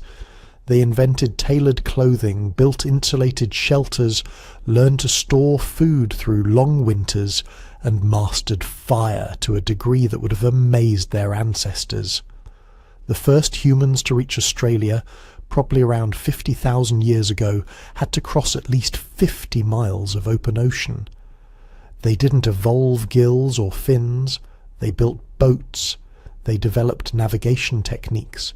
They learned to read currents and weather patterns, and they successfully colonized an entire continent that had never seen human beings before. The groups that pushed into the Americas, crossing the Bering Land Bridge during the last ice age, encountered ecosystems filled with megafauna that had never learned to fear human hunters. Giant ground sloths, massive armadillos, American camels, saber-toothed cats. These migrants didn't evolve new hunting adaptations.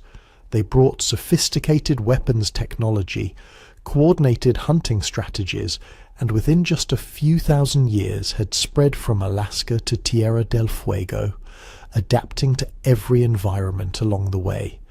Each of these migrations was creating isolated populations, groups that might go thousands of years with limited contact with other human populations, and in that isolation they began to develop surface differences. Skin color adapted to local UV radiation levels. Body proportions shifted based on climate, people in colder regions becoming more compact to conserve heat, those in hotter regions becoming lankier to dissipate it. Facial features, hair texture, even lactose tolerance in populations that domesticated dairy animals, all of these were minor evolutionary tweaks, biological responses to local conditions. But underneath those surface differences, the fundamental human genome remained remarkably uniform. The genetic variation between any two humans from opposite sides of the planet is tiny compared to the variation you'd find between two chimpanzees from neighbouring groups in Africa. The bottleneck had seen to that. It had stripped away so much genetic diversity that even tens of thousands of years of separate evolution couldn't rebuild it. This is why race as a biological concept doesn't actually exist in humans. The visible differences between populations, skin colour, hair texture, facial features, represent tiny variations in a handful of genes. The overwhelming majority of human genetic variation, about 85%, exists within populations, not between them. You can find more genetic diversity in a single African village than exists between the average Asian and the average European. But while biology stayed largely the same, culture exploded in 1,000 different directions. Isolated populations developed completely different languages, religions, art styles, technologies, social structures. A group in the Amazon rainforest developed sophisticated knowledge of hundreds of medicinal plants. A group on the Eurasian steppe became master horse riders. Island populations in the Pacific became the world's greatest navigators, capable of crossing thousands of miles of open ocean using only stars and wave patterns. This cultural diversity, arising from the same genetic stock, proves something profound about the bottleneck's legacy. The evolutionary pressures of those 117,000 years didn't just select for intelligence or adaptability in general, they selected for extreme cultural learning ability, the capacity to absorb, create and transmit complex information across generations. This was humanity's true superpower, not strength or speed or specialized adaptations, but the ability to learn anything, create anything, adapt to anything through culture rather than evolution. By 10,000 years ago, humans had colonized every continent except Antarctica. They'd adapted to every climate zone on Earth. They'd developed hundreds of distinct cultures and languages, but they remained one species, all carrying the genetic signature of those 1,280 breeding individuals who survived the bottleneck, all descended from the survivors who refused to let extinction win. This diaspora, this explosion of humanity across the planet, wasn't the end of the bottleneck's influence. It was the beginning of humanity's true story. Because now, armed with cultural evolution as their primary adaptation, humans were about to do something no other species in Earth's history had ever accomplished. They were about to stop being subject to their environment and start controlling it instead. So here's the question that keeps evolutionary biologists up at night. Are we still evolving? Or did we really stop 100,000 years ago when that bottleneck locked in our basic body plan? The answer is complicated because it depends entirely on what you mean by evolution.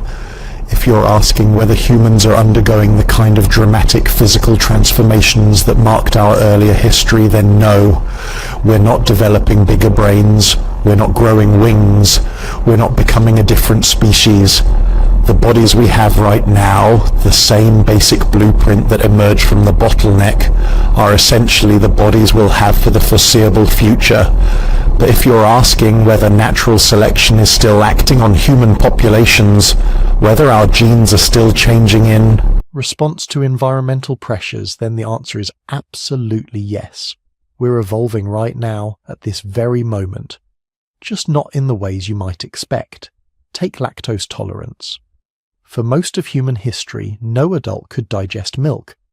After weaning, everyone lost the ability to process lactose, the sugar in milk. This made perfect sense. Why waste energy producing an enzyme you didn't need anymore? But then, around 10,000 years ago, some human populations domesticated cattle, sheep, and goats. Suddenly there was a huge nutritional advantage to being able to drink milk as an adult. Extra calories, extra protein, extra nutrients, especially in environments where other food sources were scarce. In populations that relied heavily on dairy, individuals with genetic mutations that kept lactose production going into adulthood had better nutrition, better health, and more surviving children. Within just a few thousand years, which is incredibly fast in evolutionary terms, lactose tolerance swept through European, some African, and Middle Eastern populations. Today, roughly 35% of people worldwide can digest milk as adults. That's evolution. Recent, rapid, and directly tied to cultural innovations. Or consider high-altitude adaptations. When modern humans first moved into the Tibetan Plateau, probably around 30,000 years ago, they encountered a major problem. At elevations above 13,000 feet, there's about 40% less oxygen in the air than at sea level. Try running on 40% less oxygen and see how well you do. Most people get altitude sickness, headaches, nausea, difficulty thinking clearly. Pregnant women face even worse problems, including higher rates of miscarriage and infant mortality. But Tibetan populations didn't just tough it out. They evolved. Genetic analysis shows that modern Tibetans carry variants of the EPAS1 gene that help their bodies process oxygen more efficiently at high altitudes. These variants probably came from Denisovans, those mysterious human cousins who had already adapted to mountain life. When modern humans and Denisovans interbred, they passed on survival genes that are still helping people live in extreme environments today. Even more remarkably, this adaptation happened fast. Really fast. Some estimates suggest it took as little as 3,000 years for these genetic variants to reach high frequencies in Tibetan populations. That's evolution happening at warp speed, driven by intense selective pressure in a harsh environment. So yes, we're still evolving, but here's the thing. These changes are subtle. They're adaptations to specific local conditions, not major overhauls of the human body plan. Nobody's developing gills, nobody's growing extra limbs. The fundamental architecture that emerged from the bottleneck that's staying put. Why? Because modern humans have developed something that changes everything. Technology. And technology has completely transformed the selective pressures acting on our species. Think about it. For millions of years, human evolution was driven by survival challenges. Can you find food? Can you avoid predators? Can you survive disease? Can you handle climate extremes? Individuals who were better at these things had more surviving children, passing on their advantageous traits. That's how evolution works. But modern humans have essentially hacked the system. You're cold? Build a fire, invent clothing, construct heated buildings.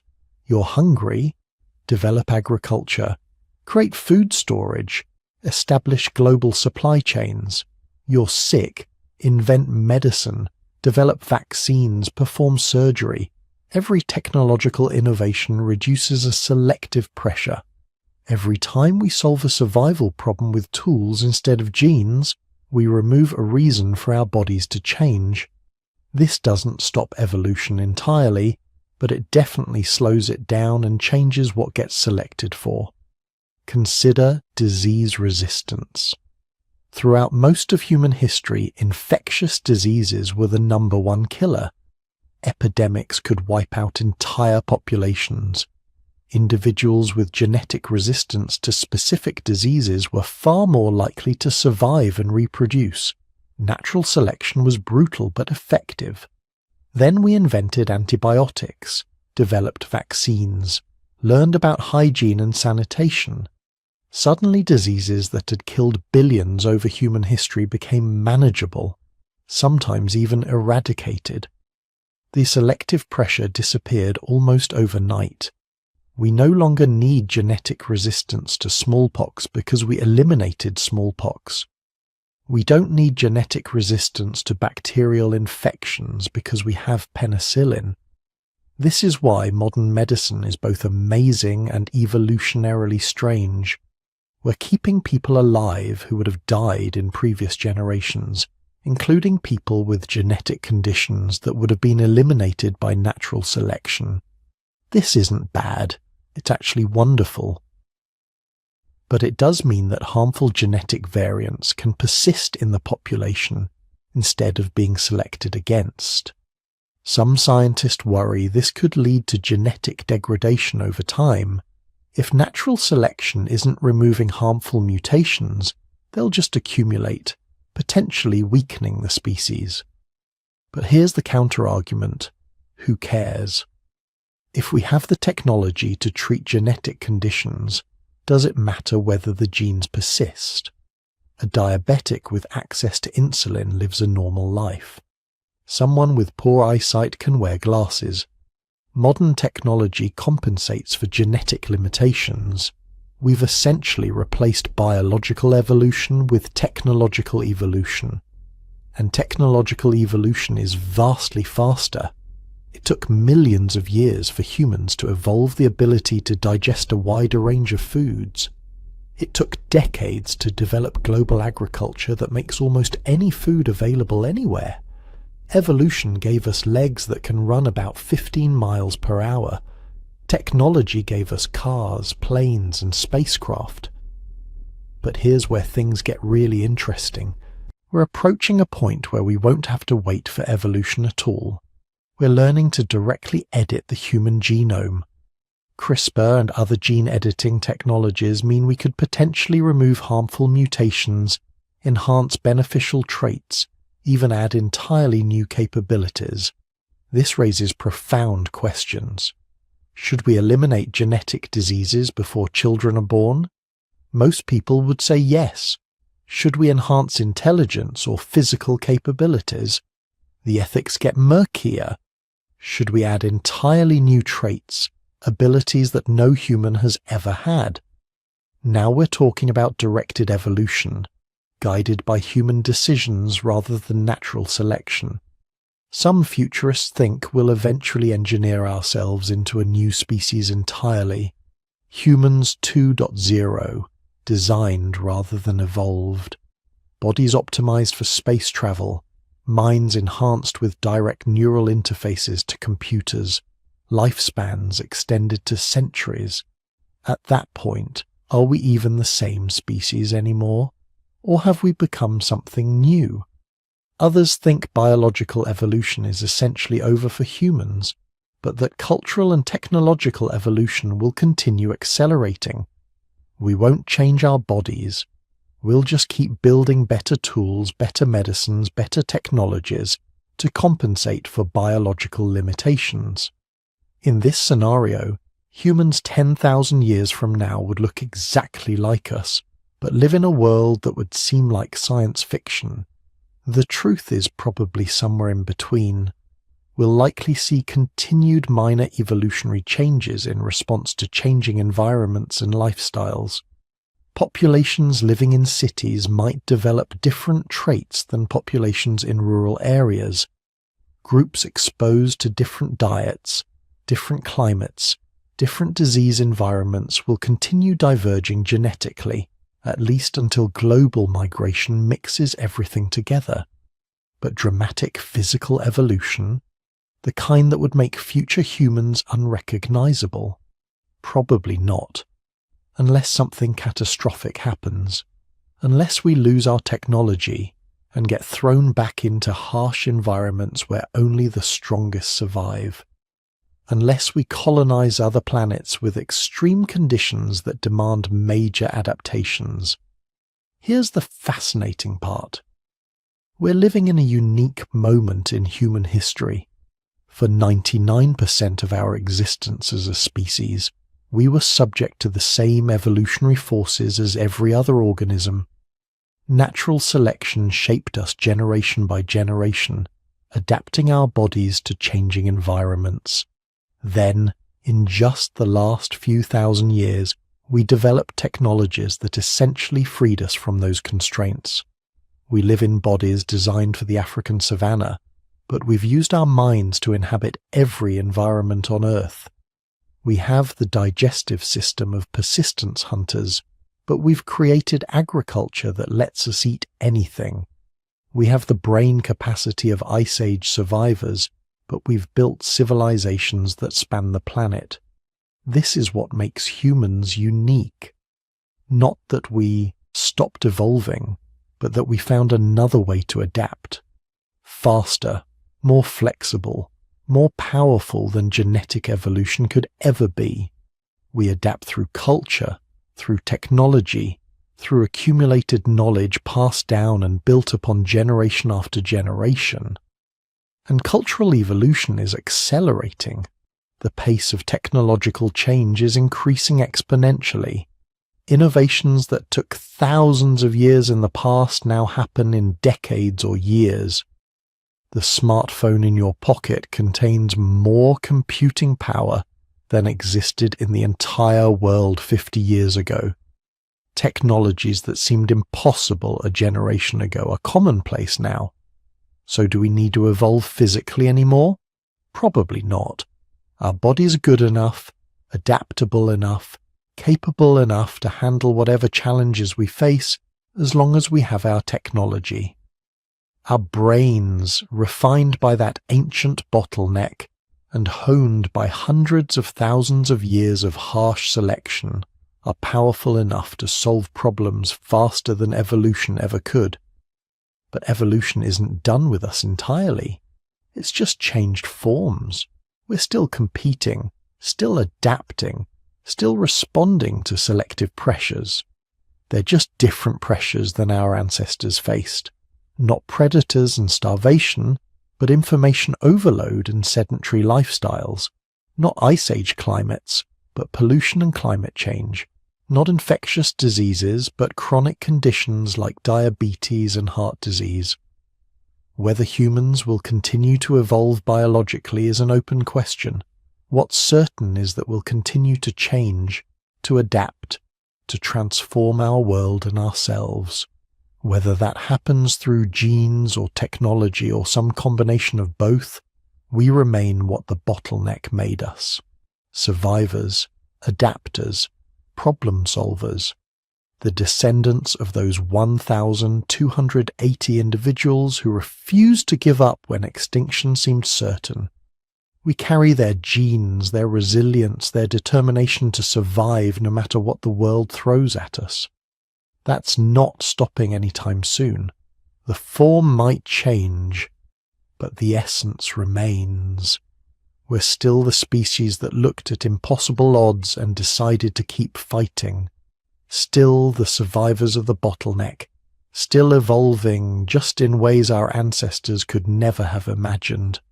So here we are, at the end of a journey that took us back nearly 1 million years, to a moment when everything hung in the balance, when humanity was reduced to perhaps 1,280 breeding individuals scattered across a dying landscape, clinging to survival by their fingernails. And here's what that moment did to us. It froze us, not metaphorically, but literally. 100,000 years ago, human physical evolution essentially stopped. That genetic bottleneck compressed our diversity so tightly that our bodies haven't had enough variation to work with since. We're still walking around in Ice Age bodies, still carrying the same basic genetic toolkit that kept those 1,280 survivors alive through the worst climate disaster in our species' history. Think about that for a moment. Every human alive today, all 8 billion of us, we're basically clones of those bottleneck survivors. Oh, we've got superficial differences, skin color, hair texture, height variations, but genetically, we're almost identical. A human from Norway and a human from Kenya are more similar to each other than two chimpanzees from neighbouring troops in the same forest. That bottleneck made us the least diverse large mammal on the planet, and paradoxically, it also made us the most successful. Because when physical evolution stopped, something else took over: cultural evolution. The survivors of that bottleneck weren't just tough, they were smart, they were cooperative, they were capable of learning, adapting, sharing knowledge across generations. They had to be, because those were the only traits that could save you when the world was ending, and we inherited all of it. Every person alive today carries genes selected for intelligence, cooperation, and adaptability under the most extreme conditions imaginable. We're all products of the worst that nature could throw at our ancestors. All evidence that sometimes, just sometimes, when everything goes wrong, a few individuals can be tough enough, smart enough, and cooperative enough to keep hope alive until the world becomes livable again. But here's the really incredible thing. We didn't win through strength. Neanderthals were stronger. We didn't win through brain size. Neanderthals had larger brains. We didn't win through any physical adaptation. We won through flexibility, through our ability to change our behavior faster than genes could change our bodies. We won through culture, through technology, through the power of accumulated knowledge passed down from generation to generation. And that's still our superpower today. We don't need to evolve thicker fur to survive in cold climates. We invent clothing. We don't need to evolve different digestive systems to eat new foods. We invent cooking. We don't need to evolve wings to fly. We build airplanes. Every challenge that would take nature millions of years to solve through genetic evolution, we solve in decades or centuries through cultural innovation. That frozen moment 100,000 years ago, that genetic bottleneck that stopped our physical evolution, it didn't make us weaker. It made us something unprecedented in the history of life on Earth. A species that evolves through ideas instead of genes, through cooperation instead of competition, through culture instead of biology. But the story of the bottleneck also teaches us something important about our future. It reminds us how fragile we really are, how close we came to extinction, how dependent we are on environmental stability and social cooperation. Those 117,000 years when our ancestors lived on the edge of oblivion, they weren't chosen for hardship. They didn't ask for the challenge. They just got unlucky with climate, and they survived through a combination of intelligence, cooperation, and sheer stubborn refusal to give up. We're facing our own challenges now. Climate change, environmental degradation, social conflicts that sometimes seem insurmountable. But we carry in our genes the memory of ancestors who survived worse, who held on through 117,000 years of near extinction and came out the other side stronger, smarter, more adaptable than before. We are the descendants of the survivors, the products of the bottleneck, the inheritors of every adaptation, every innovation, every desperate survival strategy that kept humanity alive when death seemed certain. And if they could survive what they faced, if they could maintain hope and cooperation through the worst environmental crisis in human history, then maybe we can face our challenges too. Not through physical evolution. That ship has sailed. Our bodies are frozen in that ice age moment. But through the same cultural evolution, technological innovation, and cooperative problem solving that got us through the bottleneck in the first place. That's our legacy. That's what that frozen moment gave us. Not perfect bodies, but adaptable minds. Not physical strength, but cultural resilience. Not individual superiority, but collective survival. And as you drift off to sleep tonight, wherever you are in the world, you're part of that story. You carry those bottleneck genes. You're connected through unbroken lines of descent to those 1,280 survivors who refuse to let humanity die. If you enjoyed this journey through our evolutionary history, hit that like button, subscribe to the channel, and drop a comment telling us where in the world you're listening from as you fall asleep.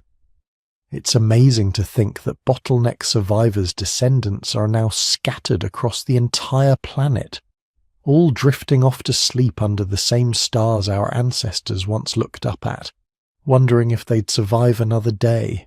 Sleep well. You're the product of 900,000 years of survival against impossible odds. You've got good genes.